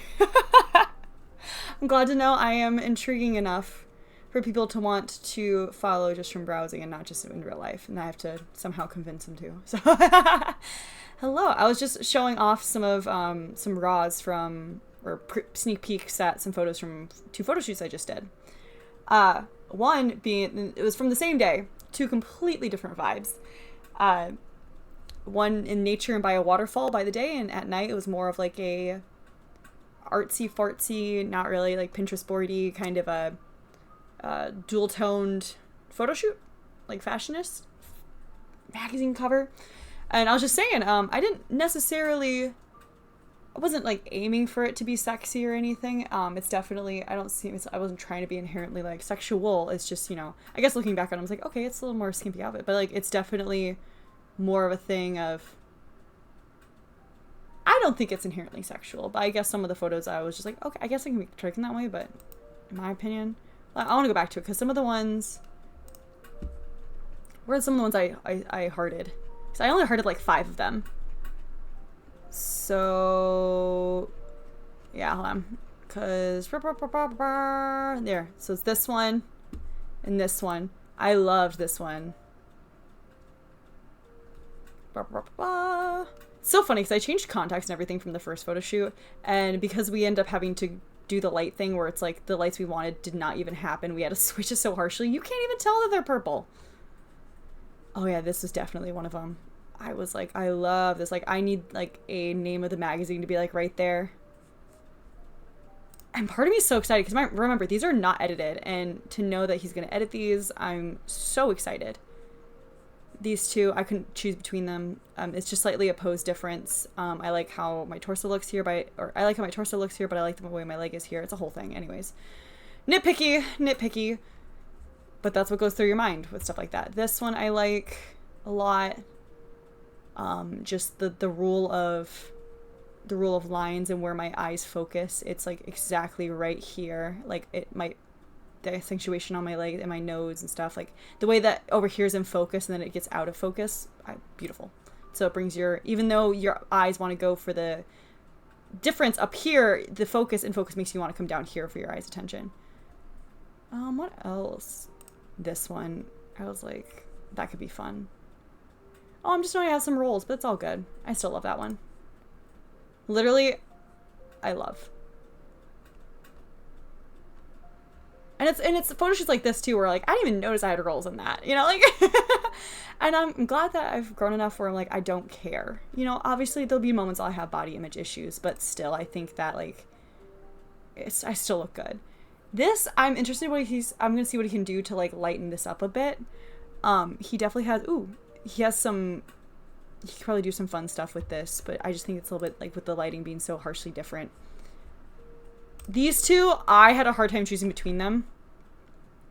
Just because I like the framing of this one more, but it almost looks like I don't have hair. And they got this one, which I kind of like the way my eyes are looking off, and it looks, it's in the light. It's like, okay, I'm not bold, but. So those are the ones from that shoot. And then, of course, you saw all the ones from you saw the ones from the waterfall. I couldn't choose between because the waterfall is just so pretty. Oh my gosh. Me just go through them all again in a very narcissistic way where I'm just like, look at them. Look at, See, at least when you post your stuff, you know, you put them on your close friends, being like, can't wait to post. And I'm sitting here like, hey, everybody on stream, do you just want to see all of these? I hope my partner's okay with that. Please go book my partner for shoots. It is so good. He's so good. Oh my gosh. It's a win-win situation. He got to like really work with I mean, the reason why I also took like maybe 2 hours or if more, and I think almost more than that, for the lighting setup is, and he felt so bad because mind you, because I work for my friend who's also a photographer. I work for him and do his invoices, and he is obviously, that's his full-time job. Now, my partner's also a photographer, and he looks up to him, and it's so funny, because it's like, oh, why I wish this and that, but he's like, I guess it just comes to practice. I'm like, yeah, trust me. Being behind the scenes, even the big dogs, it takes him a while. And just it knows what you're good at, you know? He went from a very natural lighting shoot that he fucking killed it. It looks good. And then going from that to a very harsh non-natural lighting, very synthetic like neon lighting stuff, like with that shadow of like, what's it called, the split tone effect. It's very different. Photographer for cosplays, I don't know how to let people hear concept too. I can help you with that, my dear friend, my dear sister. I can help you with that, absolutely. Especially let me know what convention specifically, because I probably already know somebody that's going to it that I would trust and I know can give you good stuff, and also what character, what vibe you're going for, because some photographers can deliver on all of it, or do them all at a good sync, but they have their favorites and have their strengths, and some of them specialize in just something very particular. And I love my friend group of all photographers, and me being honorary photographer because of it. I love that this group, especially in the times right now of being very competitive in a bad way, the ones that specialize in something very particular, someone comes to them and says, hey, can you do this for me? And they're like, no, I can't. But here's my friend that does specialize in that I can recommend you to, that I know he does good work, and he's with part of me, that he'd work out with you. It's so wholesome seeing that group of friends do that. If I could, 2DCon in Minneapolis and do Pokemon tours, that sounds awesome. 2DCon, I'll have to, when is that? Is that this year? Cosplay, I've never done a photo shoot. You know what's fun too? So, you know, Polyfo, is it Polyfo then? Is that how you say that? August. Okay, that gives me enough time to help you out and find you somebody. So for cosplay, definitely when it comes to photo shoots, they're not required. They're not. I say like, oh, finally back into that. It's something I've come to love, but also specifically the ones that are like I mean, paid ones are fun. Paid ones has definitely got me into certain things and this and that. But specifically, even just ones where you take your friends out. I mean, granted, I understand my slight... I mean this in a way where, like, your friends aren't photographers. I know I have a slight... Not an advantage. That sounds really weird. Again, it sounds so competitive. A lot of my friends are photographers. I have to acknowledge that. But, like, even before that, when I got this group of friends, going to conventions when I was, like, a teenager, and we just go out with our phones or our crappy cameras and go and just do a fun photo shoot. And it's so fun because you get to really be whimsical. And, like, for yourself, I recommend it. You don't have to pay for a big one. I mean, I think for yourself, though, if you really are proud of it, I think it's really fun to kind of immortalize. I don't think, again, it's not necessary, but for some people who make all their stuff, I think it's really nice to immortalize and show off something you're passionate about you made. But even if not, they're so just fun. Even, like, paid or not. Paid, you get a really sense of, like, wow, I did this, I can't show off. You feel a sense of pride. I feel a lot of paid ones, you get more of a sense of pride from it, but with free ones or just for fun ones, you get a sense of satisfaction and happiness. Like, it's really fun is the best way I can put it. So, because you can get into the character and be fun and be silly and goofy. They don't have to be serious. I like to throw in some really fun, unserious ones sometimes. So, oh, I mean, for great example, if any of you know Zatch Bell, that niche show from Toonami, how many years ago? Eggy and I, my roommate, we did Zatch and Kyo from it. And we did a small photo shoot with my friend who's a photographer. I mean, it was free, but it's just like, it's nothing serious. But doing that character, because I've been so caught in my doing quote-unquote model face or this and that, or hating how I smile and then getting caught up in the same face syndrome, blah, blah, blah, blah. Kyo was such a fun character to do, and from that show in particular, because it was so silly goofy that any outrageous face I did or this and that, or out of the box stuff, like, it was in character, and it was really fun, and it really felt like sometimes you need these characters to really bring yourself out of your shell. Cosplay is very much a sister to drag for a reason. Drag queens always talk about how they learn a lot about themselves from cosplaying these characters. They learn more about themselves by being these other people, which is also just an extension of themselves. Cosplay is a sister of that, and I feel like a lot of people forget about that. I've learned so much confidence and so much about myself through these 9 to 10 years of doing cosplay. So, and that's one of those things where I have to remind myself and fall back in love with my hobby, and like remind myself why I started this. So, you got it right if you do. A lot of people say Folly Fox. Here's the thing. I'd be lying to say if I didn't pronounce foe as fox in my past life. Till I'd be corrected. Catch me on a bad day and I still will. I'm Polyfoe. It's all good. English is just a hard language. Bro. Bro. Bro. Actually, Brooke, I have no clue who you are. Koopa Queen Gamer. Let me check. I think Anthony might be going to 2DCon. And if he is, I will just comp it. 'Cause guess who handles his invoices?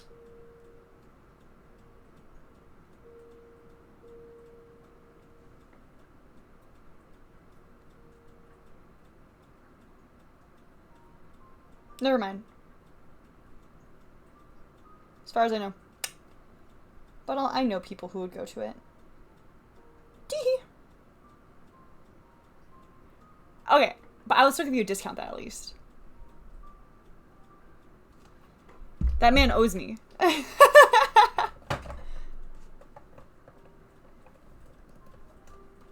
Which, probably after the stream and after I go grab my roommate and stuff, like, I'll probably sitting down for a couple hours and doing work for that company until the wee hours in the morning.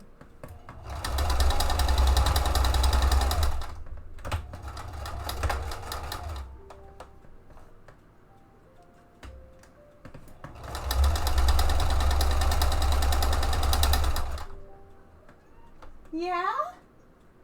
Your meows are so soft, they're not going to be able to hear it. Hi, Miss Meow. Oh, I'm not... Your voice are so... Yeah, she's back here. Do you want to say hi?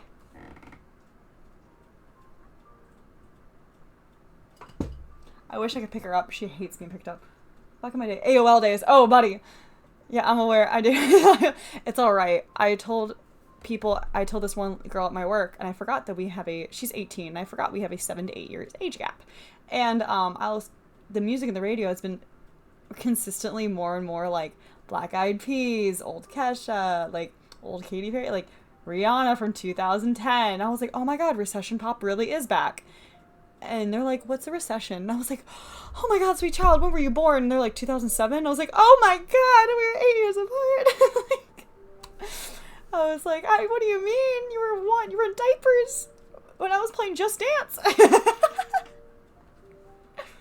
So it's all right. I dated myself too the other day. Yeah.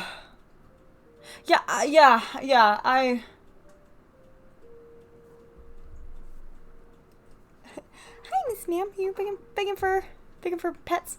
I know. I still haven't like fully. Yeah, and the fact that means I graduated like 7, 8 years ago. I haven't fully digested that. Or 7 years ago. I graduated 7 years ago. I'm still in college. I still haven't digested that. I forgot my high schooler. Fucking felt. I forgot that don't remind me that my little sister's 20. Don't. I forgot you're 20. Don't do that to me. I don't want to be either. I will say though, people at my work think that people that come in customer stuff think that I'm 18 or 19. And sometimes I get kind of saddened because I want to be taken seriously, and it's mainly because of the STEM stuff of like, in the STEM field, and people don't take me seriously anyways, and I feel like I want to be taken seriously. But then there's sometimes I'm like, shit, I'm gonna be, if I'm aging that well, maybe it's good to look younger than I am. Oh, she found the crinklies. So you're gonna hear crinkling in the background. I'm not gonna disturb her. Ugh.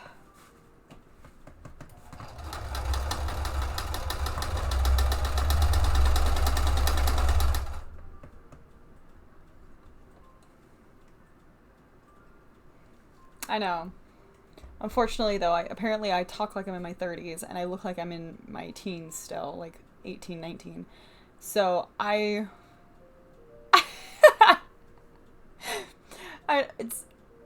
amount of people that told me I have an old soul that are like 40 and stuff, I don't know how to take that anymore.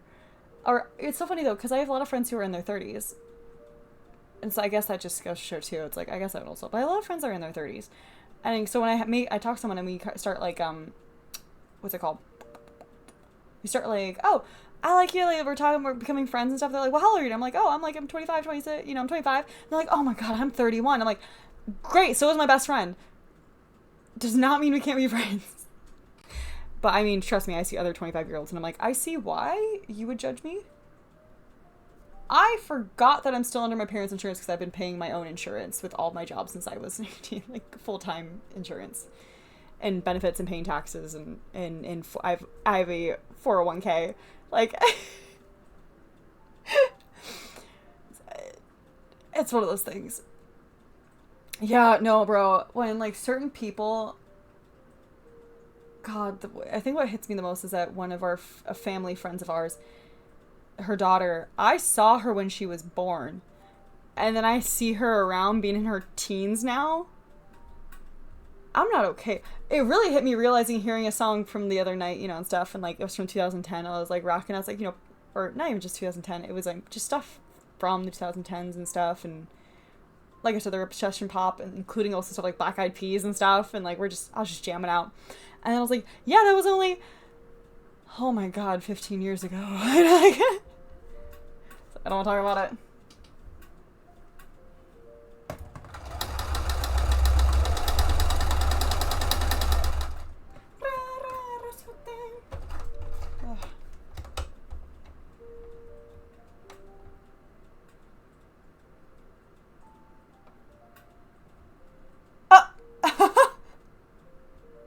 Oh my god.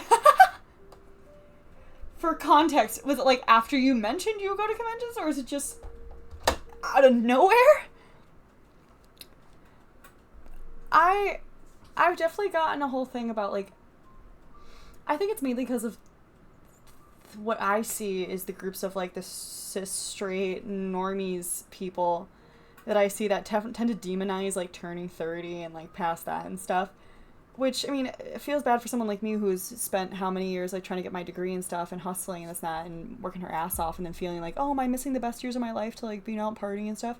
But then I realized, like, my friend groups I see and this and that, and also just, I think, in the communities that I'm in general, of the oddities and weirdities and the people that, you know, we found our tribes, when it comes to quote-unquote 30s, like, some of my friends, like I said, are in their 30s. They're the biggest inspirations to me, because when people say, like, or they tend to demonize 30, even, I mean, granted, it's still, like, ingrained us as taught, like, growing old is such a bad thing. And I'm glad that some of it is kind of being rewritten, because some of those people I see, like, in their 30s, I'm like, where are you guys seeing that it's the end of the world? They're having a great time. They've got more money. They've got more. They kind of know who they are better. They got more stability. They know how to handle themselves. Like, they know they don't have time for BS as much. Sorry, I was like trying to. They don't have time for BS as much. Like, they're just kind of living their best lives in their 30s, and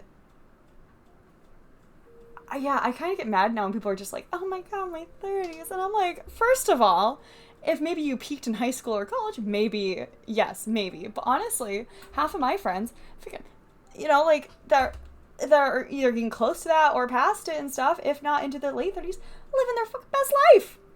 Because they just stopped giving enough.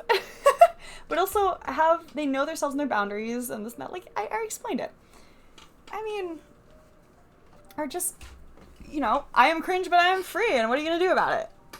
Oh no, some people think I'm weird, but I've got millions of other people who think I'm a cool-ass motherfucker. What are you gonna do? I mean, in that sense, like, Mina, your stuff with your outfits and everything, like I said, I show my friends all the time. Like, the way you put them together and the whole internet core thing, like, when I think of internet core and friends, like, I think of you, and I'm just like, what? Like, I want to be like that. That's my friend. That's my friend. And you're living your best life. I mean, granted, we all still have our issues in this and that, and, like, you know, economically and this and that, but when it comes to, like, the fact that you've also been very outspoken about, like, hey, I need to continue learning about honest and stop putting up with BS. And I'm like, hell yes. And I'm so here for it. and, you know, I love that for you. We all have our issues with the economy and the finance and this and that, and there's going to be stressors, but there's sometimes I have to take a step back and go, I am way more comfortable with myself and who I am and what I like than I was how many years ago? 5 years ago, 10 years ago, even 15 years ago.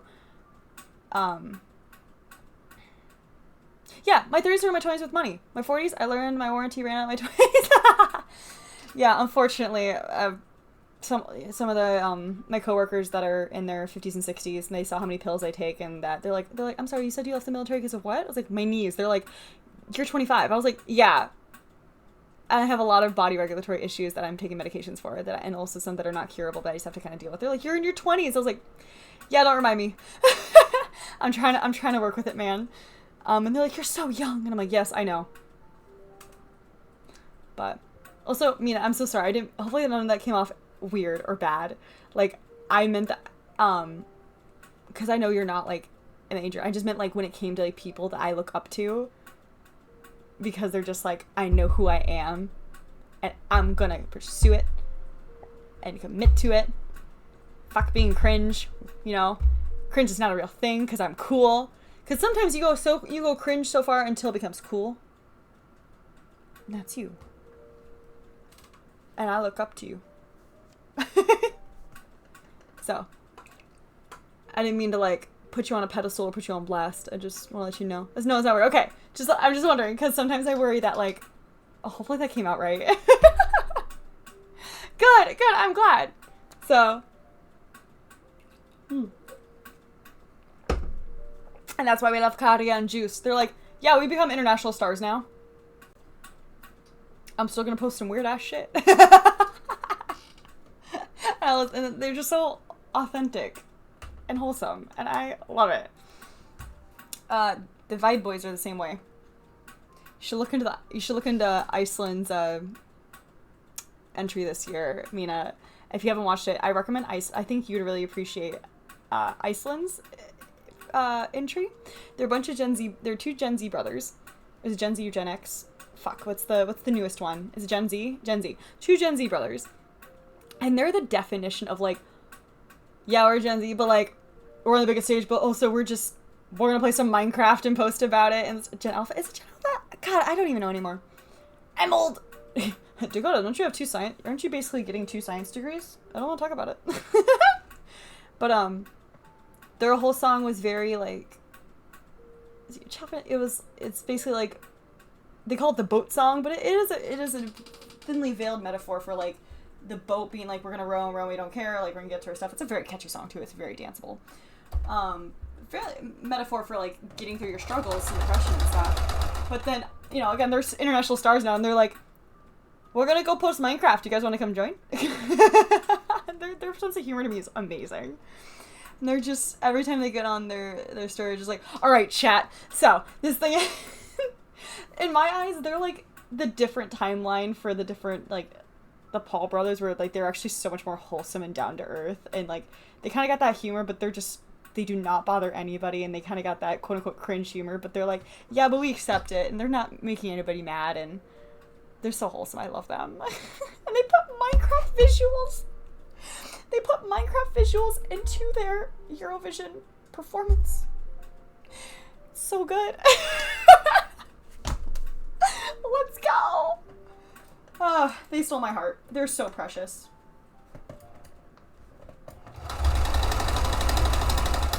Halfway through the performance, they're like, alright, I don't even know what I was going on about. You guys caught me at a yappy time, and I'm so sorry. I say as you guys tune into my live stream, I'm so sorry I'm talking so much. I think it's more of talking in circles that I'm worried about.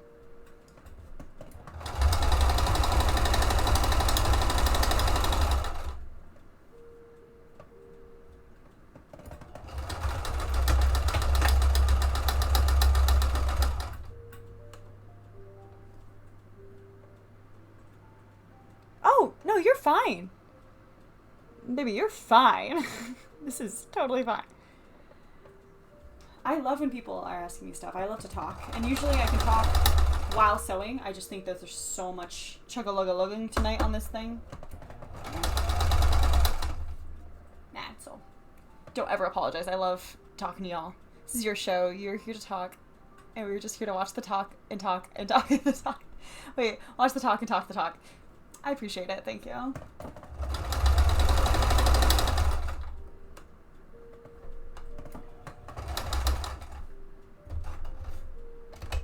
Sometimes I still worry. That's all. Once in a while I just need some validation and reassurance. And that's not embarrassing to say.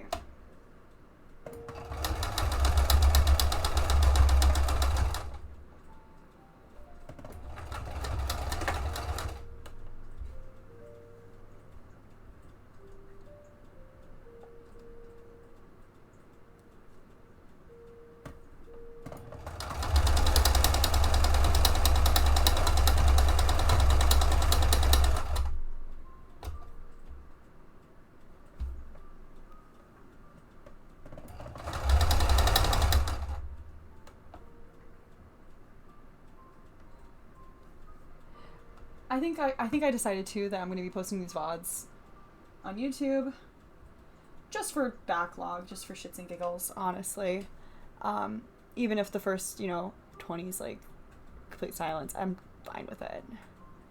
I need to stop thinking that a certain amount of content creation has to be up to a certain par for it to be considered good content to post. I just need to continue posting and live my truth, man. And that includes VODs.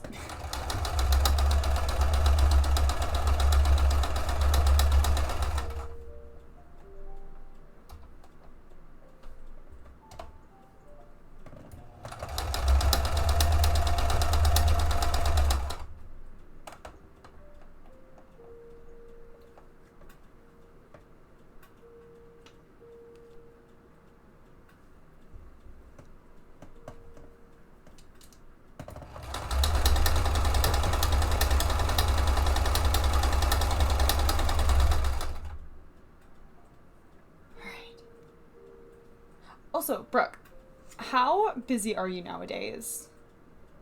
Like, first of all, seeing the Skylander cosplay on your story gave me so much joy. You don't understand. Like, I was showing it off to Eggy, and every people was just like, look! Skylanders! Made me so happy knowing that was the cosplay that got you into, like, knitting, or, yeah, is it crocheting? Knitting? One of the two. And then you're now, like, that's what got you into it. It's because I was just, like, so happy to see you. Crochet.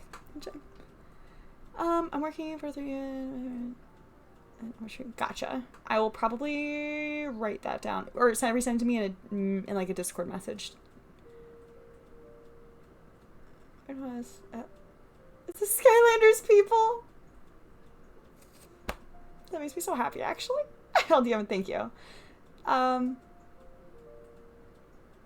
Because I feel like if you don't have time, that's totally fine. But since I'm kind of coming back to streaming just a little bit, not regularly, but more regularly when I need to get through these longer nights without crashing out and need company. Is there a way, and I will pay you stuff, if, because I know you made all of this. You made all of this. Is there a way to do a, I'm trying to think, like a stream starting soon thing? It'd be fun, kind of fun.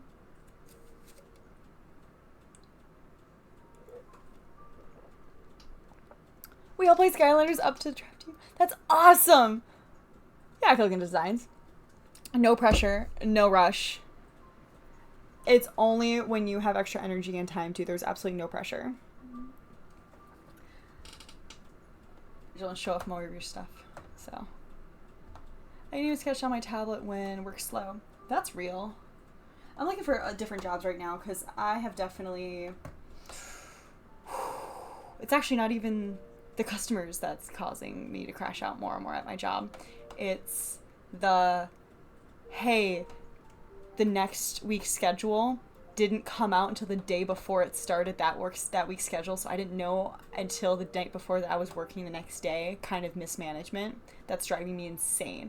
And then the little lying and stuff from the manager between everybody, and it's I'm looking for another job right now. Sadly, it took me a long enough time to find this job because I'm overqualified for everything else. It's, oh. Yeah, I know. That was not supposed to be the thing.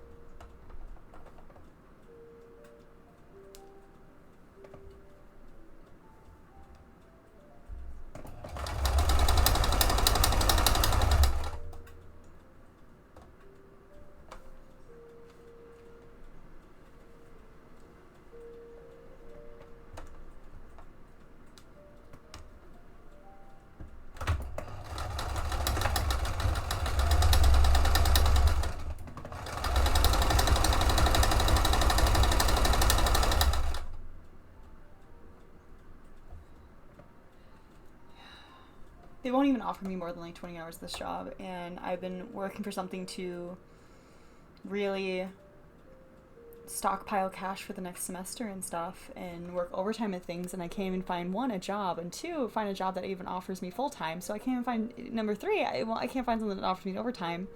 Bro, just surviving recently has been really rough. I would be screwed if it wasn't for my roommate right now, and I feel so guilty. But God, it's the reason why I'm like, absolutely I will drive you. Like, you were doing so much for me. I owe so much to them. My partner knows too. If it was between them and my roommate.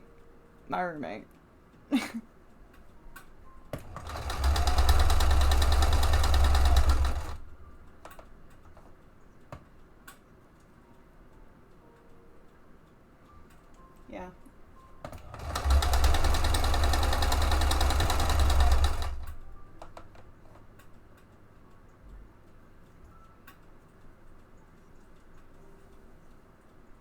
Okay, see the end.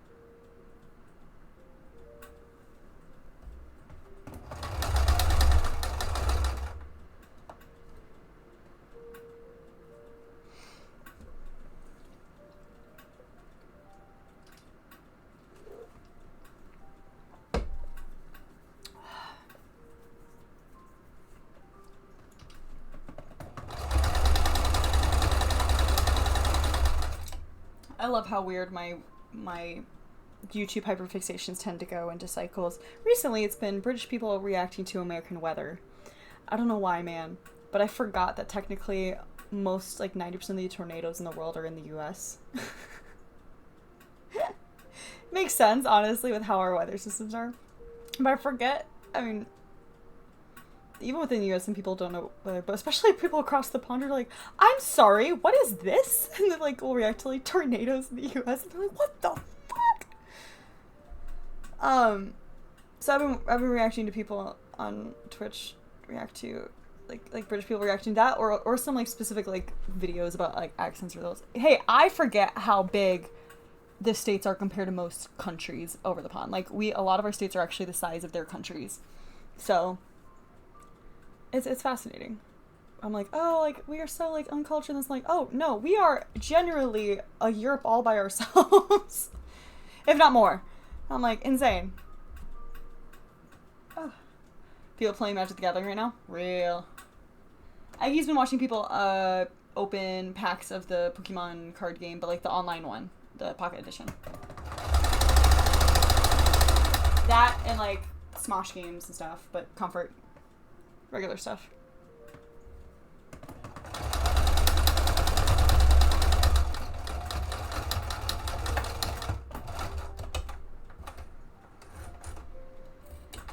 Alright, let's try it on. Yes! I definitely had my Kurama inside my PC for a while. I just warn you, I mean, you probably already know and stuff, like, if you're gonna have a figurine in there, just make sure it's not one that you really, really care about, because the heat and everything in there, it will be prone to warping. So, but you probably already know that, but I like sometimes when they have figurines in there, and as long as it's one that's not one I totally care about or this and that, or if I 3D print something. I did not, haha, okay. Good. Final Fantasy card pre-release dropped today, and I got a $7 card. That's nice, honestly. Sorry, I'm like scratching. So that waterfall shoot you guys saw, I definitely got a bug bite right by my ankle. Oh, you did not, as in you did not know. Okay, good. I'm not against it. Like I said, I just make sure it's one that you're okay with, maybe some slight warping, because if, after a while, like, if it's in there, because of the heat and everything is right near, it's prone to warping. I saved Miku. It's alright. Like I said, my Maria was telling me about it. It's like, oh yeah, I'm totally fine with it. Like, it's like a $30 figure. I'm not too attached to it. And it's just nice. Yeah, my friend lives in the Netherlands. He doesn't believe me that I can drive 5 hours. So exactly. Me feeling like, oh my god, I'm not as like well traveled, this and that. As someone who drives all around the United States, we'll drive 17 hours to go down to Florida, and then I hear people, over there. But also, I realized too, the reason why we can drive so much and them not them over there is because like their gas per gallon is like almost about $10 of our dollars to like the gallon. And that's also, but also they, a lot more public transportation, blah blah blah. We are more car focused, so it is kind of fascinating, reminding myself of that kind of things where it's. But I hear them like, oh yeah, my grandpa lives an hour away, so I'd only see him once a year and stuff. And I'm like, in the country over. And I'm like, what? I drove 12 hours to go see friends for a weekend. But even to the United States people, that's, they think I'm crazy. I'm a crazy road tripper person, but that's just, that's how I grew up. So, I was brand new PC, I'm taking care of it, so it's not real. I mean, I believe you. So, I think you're fine. I had my Kurama in there for a while before I forgot that was the thing, and I took him out after like almost like a year or so, and there was not much, like barely anything. But I just like to let people know, especially if there's a figurine you like. I'm just like, just letting you know. Just because I care about you.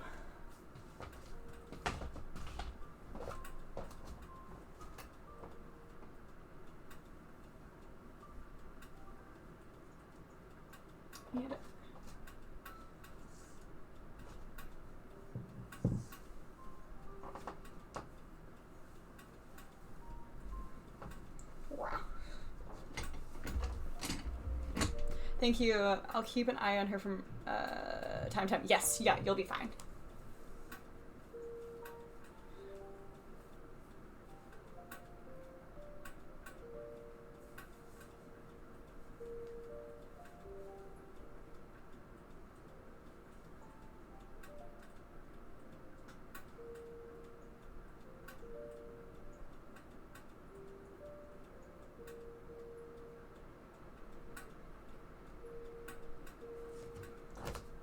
Oh my gosh, it's actually perfectly floor length. Okay. There's a slight dip in the back, but also it's not really noticeable. Oh yeah, especially for an amateur job. Also guys, this pattern didn't originally, but I added pockets. Where is it? Here it is. I added pockets. I added less pockets. I added pockets. Yes, so fun fact, with my stuff,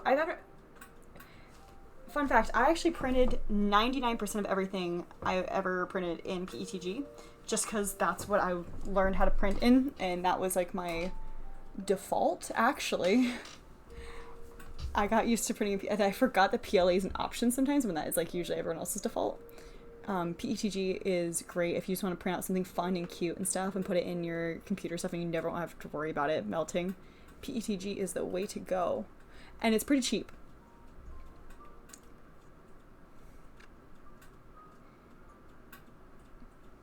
I will help you because you and I, Brooke, who tend to sew, I mean, granted, we're no professionals. We tend to cut corners, be amateur and stuff. But, you and I, who tend to sew a lot, and then I was like, well, we know the physics of it. Like, oh, it's like a pocket, but there's always something we feel like we're missing.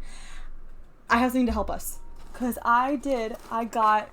it's a free PDF. I will send it to you.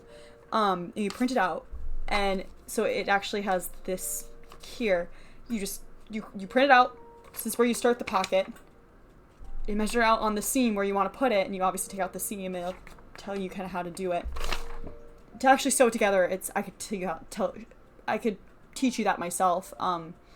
Just because what's it called? It's very similar to like making a zipper pouch. Or there's like videos to really show like just how to make sure one side on a one leg thing, then zigzag stitch. But this is great. So you have the side where you want it to be on, and then it'll show you like grain line as you see, certain amount of seam allowance. But when you print out and you cut it out, it'll have this little line. It says lengthen or shorten here. Obviously I cut it and I lengthened it by I took pieces of a paper and I stuck it to it and I lengthened it by a couple because I want to make sure my foam fit. And then people have made it like even longer or, you know, even shorter and stuff. So you can make yourself some deep pockets. But remember, you don't want it to drag down the garment. So it was a free PDF download from somebody. It was from Helen's Closet Patterns. Single one sheet. It's awesome. I will send it to you. Just remind me to, because that has helped me with that pockets, definitely. Again, I want to make sure I'm more intentional with my cosplay stuff, so I'll be happier with the outcome and product. And so far, I'm glad I'm doing it. I'm very happy with the stuff so far. And I'm so glad I caught myself that one time where I'm like, wait, before I go farther, I'm going to add pockets, because this pattern did not include pockets, and I know for a fact I'm going to want pockets. Sorry, okay, so I'm happy with the length.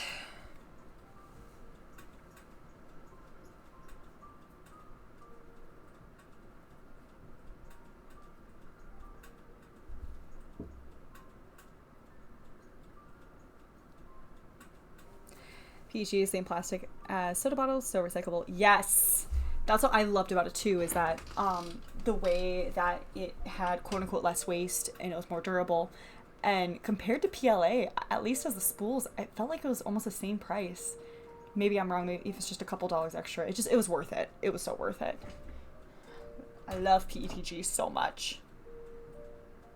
But that's just my bias because it's mainly what I used.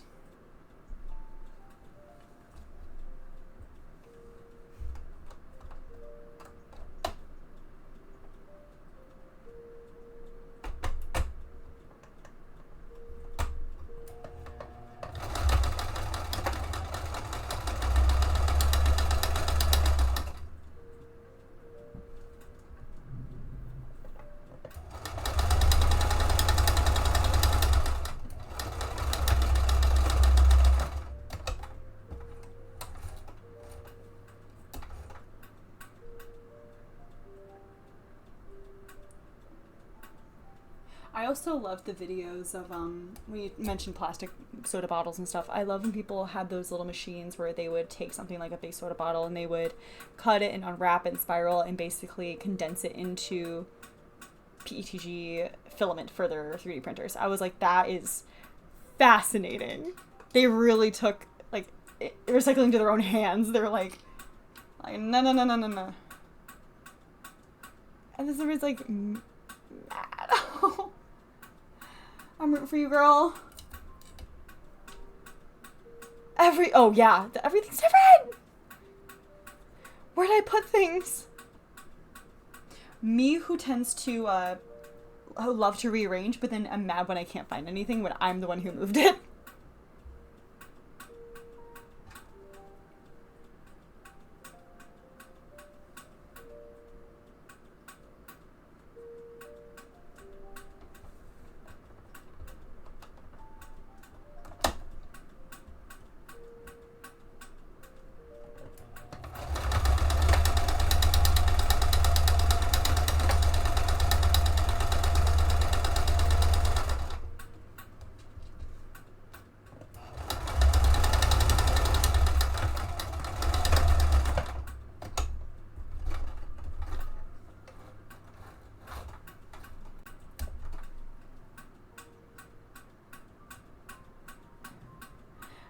I also primarily print PG. I'm glad I'm not the only one.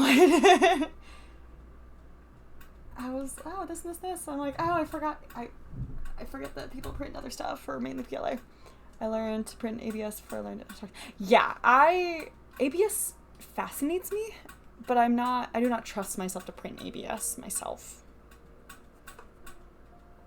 I mean, my summer dorm, I moved everything off for 2 weeks. I know where things are. That's understandable.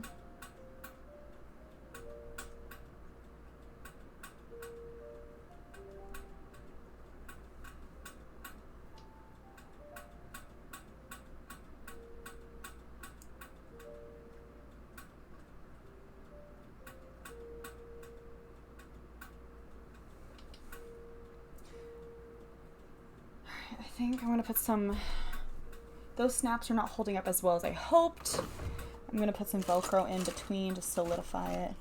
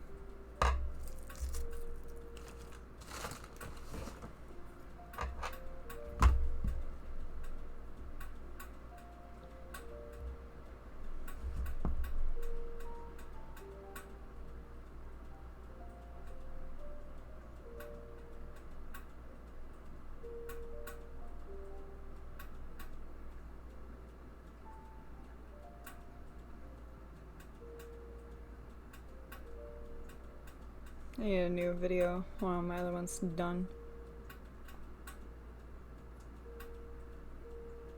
I can't eat my food. I have to pick out my YouTube video.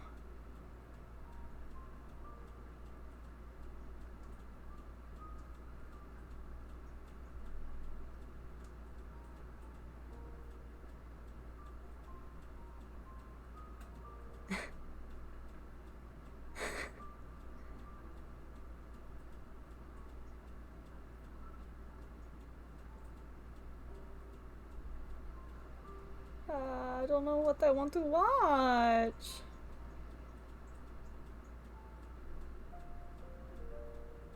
This is my biggest flaw. This is my biggest red flag. Has tons of video in watch laters. Doesn't be like, I have nothing to watch. Fine, I guess I'll watch this one.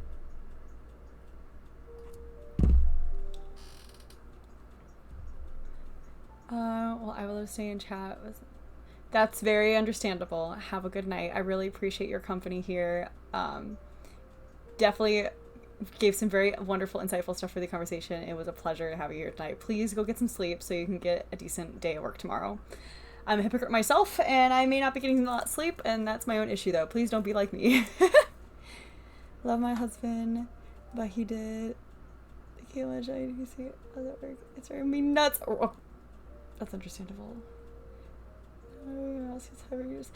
Oh my gosh, that's how my keyboard is. But I do that to myself, but also I just don't have the energy to like fix it right now, so I just deal with it. I'm like that one meme where it's the person riding the bike and then the person sticks a stick in the middle of the bike tires and then falls over and just like, ah, that's me. That's me. But it's me with my own motivation and like wanting to change things and then not fixing it and then complaining because I didn't fix it. It's me. All loose for a reason. That's so understandable though. Why'd you clean up my room, Mom? I had everything where I wanted to be, but I couldn't. So messy. No, everything had a place. I knew where it was. It looked messy, but I knew where everything was.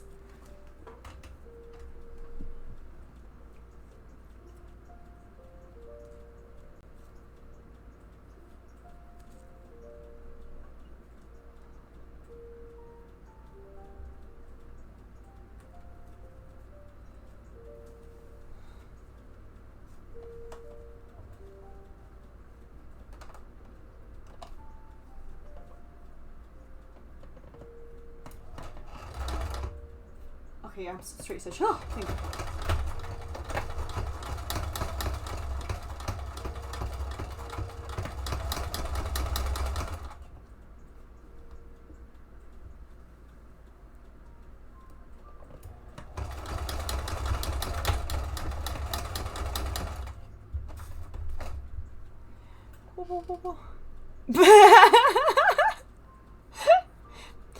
Brooke, you knew what I was talking about.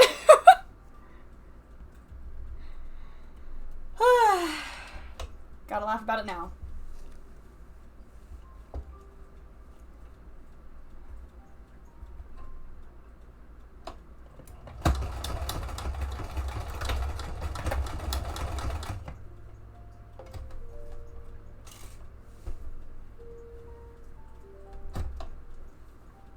Okay, that's paper clip.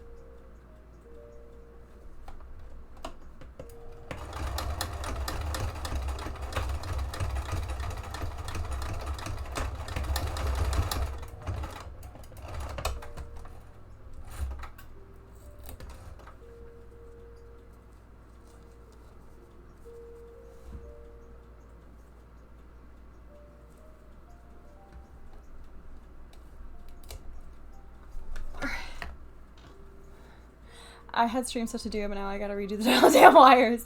It's all good. I'm here for another like 40-ish minutes, and then I have to go pick up Eggie.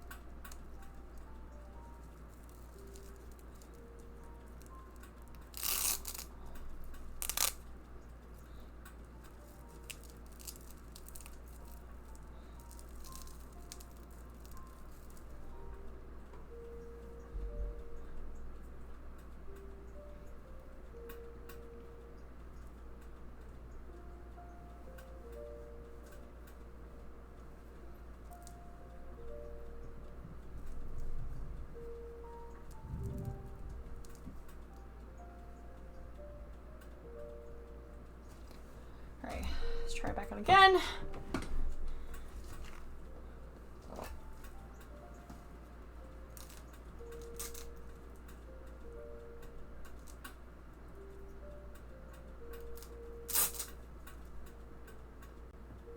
It looks disgusting in the inside. You can't see that. But like when it comes to threads and stuff, and like, oh, it's disgusting on the inside. But it's pretty clean on the inside.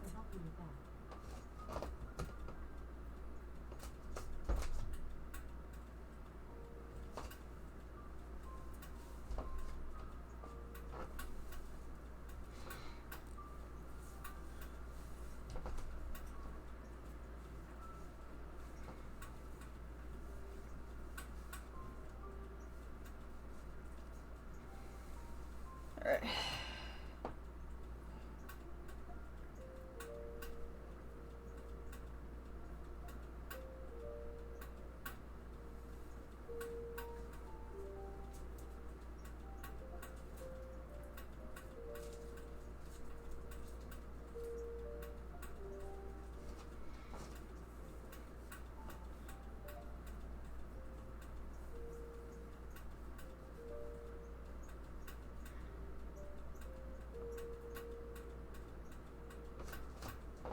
Okay, I need a clasp right there for Velcro.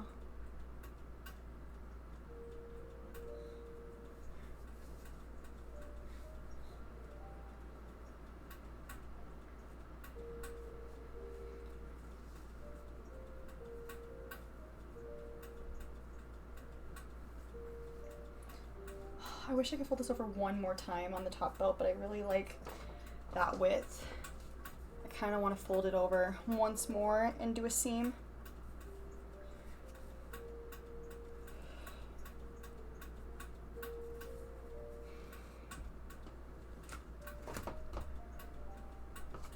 Maybe I can. Okay.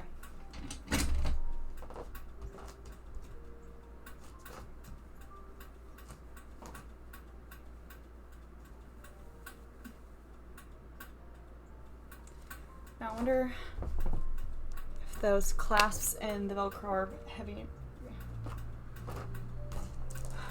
Alright, if I do one or two more fasteners back there. Here's the thing, I put on some snaps and the snaps aren't really, I don't want to say the snaps aren't strong enough. I think it's actually the fabric it's sewn to aren't strong enough.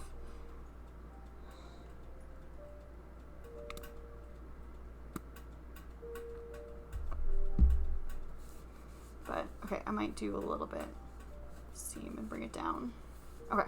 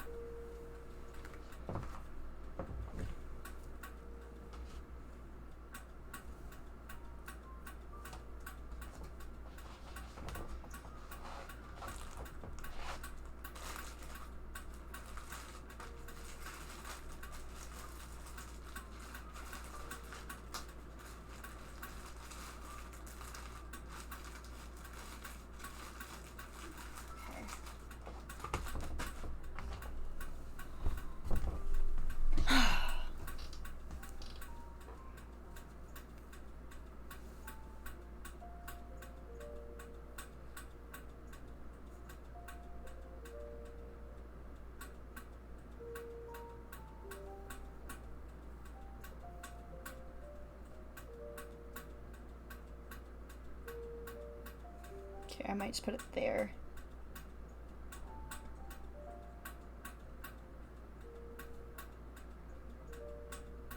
I'm trying to think.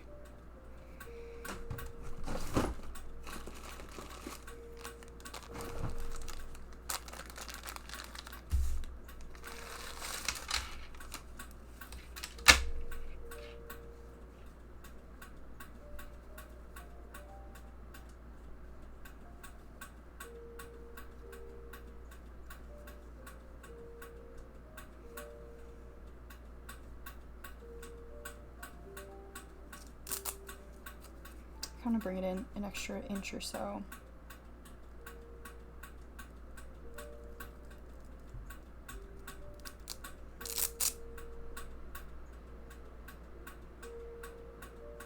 breaking my own brain around this.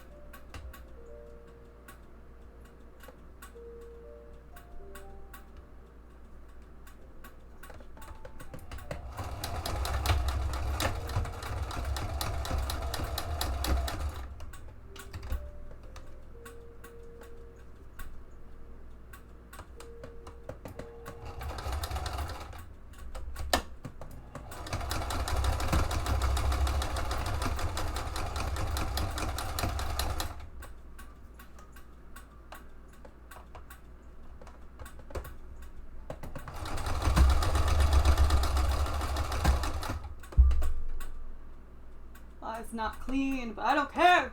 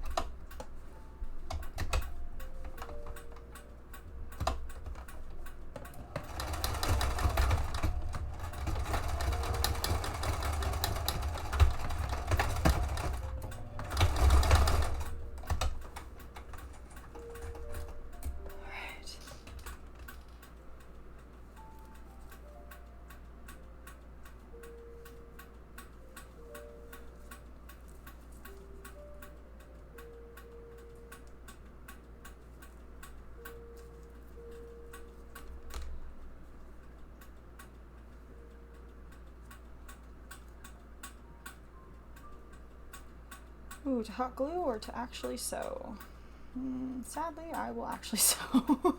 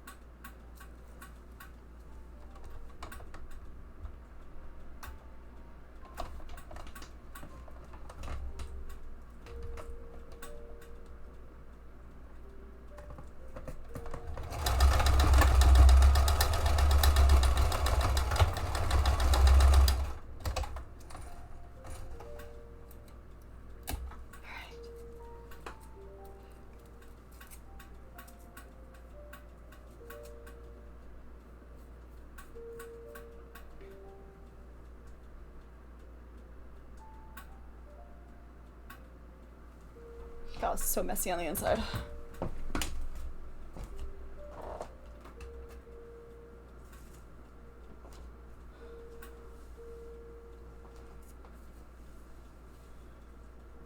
The fraying in the inside's so bad.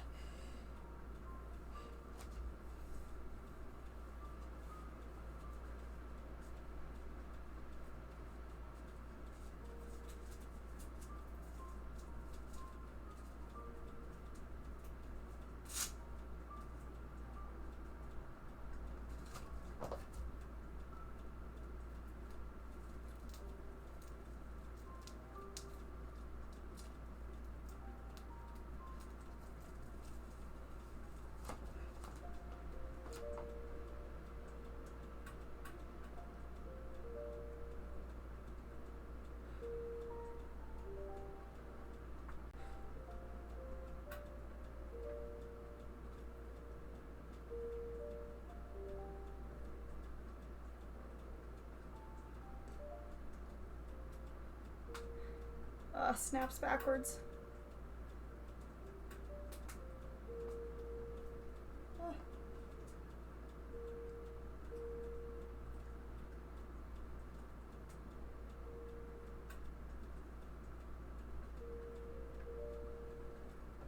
All right.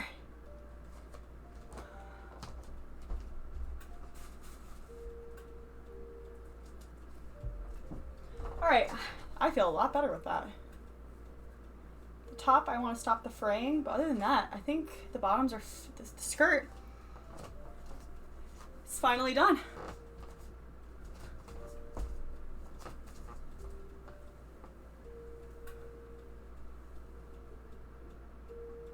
Yay! Unfortunately, I think you can see through it. I mean, I just want to see. I'll have to check out in the sunlight if it's actually like see kind of through it. But I would love to wear this in normal day clothes.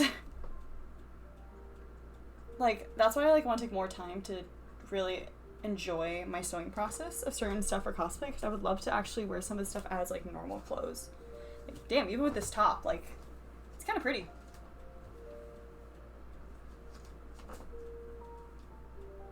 I'm gonna make sure it's not as messy as I think it is. You can kind of see through it a little bit.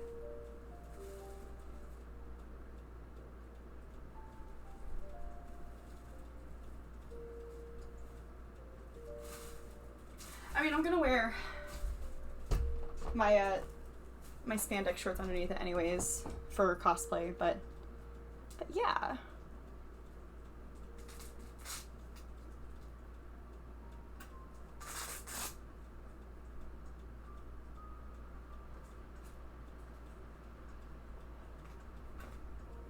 I'm gonna have to clean up the edges up here so they don't fray to the point of and then I'm probably gonna like hot glue the backs of these snaps because the fabric I like sewed them. I sewed it to is like not. It's fraying a little bit and it's waning the, what's it called? The integrity of the actual snaps themselves. Snaps are holding together, but it's not holding itself to the actual fabric, so that's an issue. That being said, I have to go pick up my roommate in about 15 minutes. So I'm probably going to get off now, and I'm probably going to clean up some stuff and sit and play my phone game for about 15 minutes until I have to go do that. But we've been going for basically in 30 seconds, it'd be 3 hours. So I think that's really good. But thank you so much. Oh, hold on. What's this?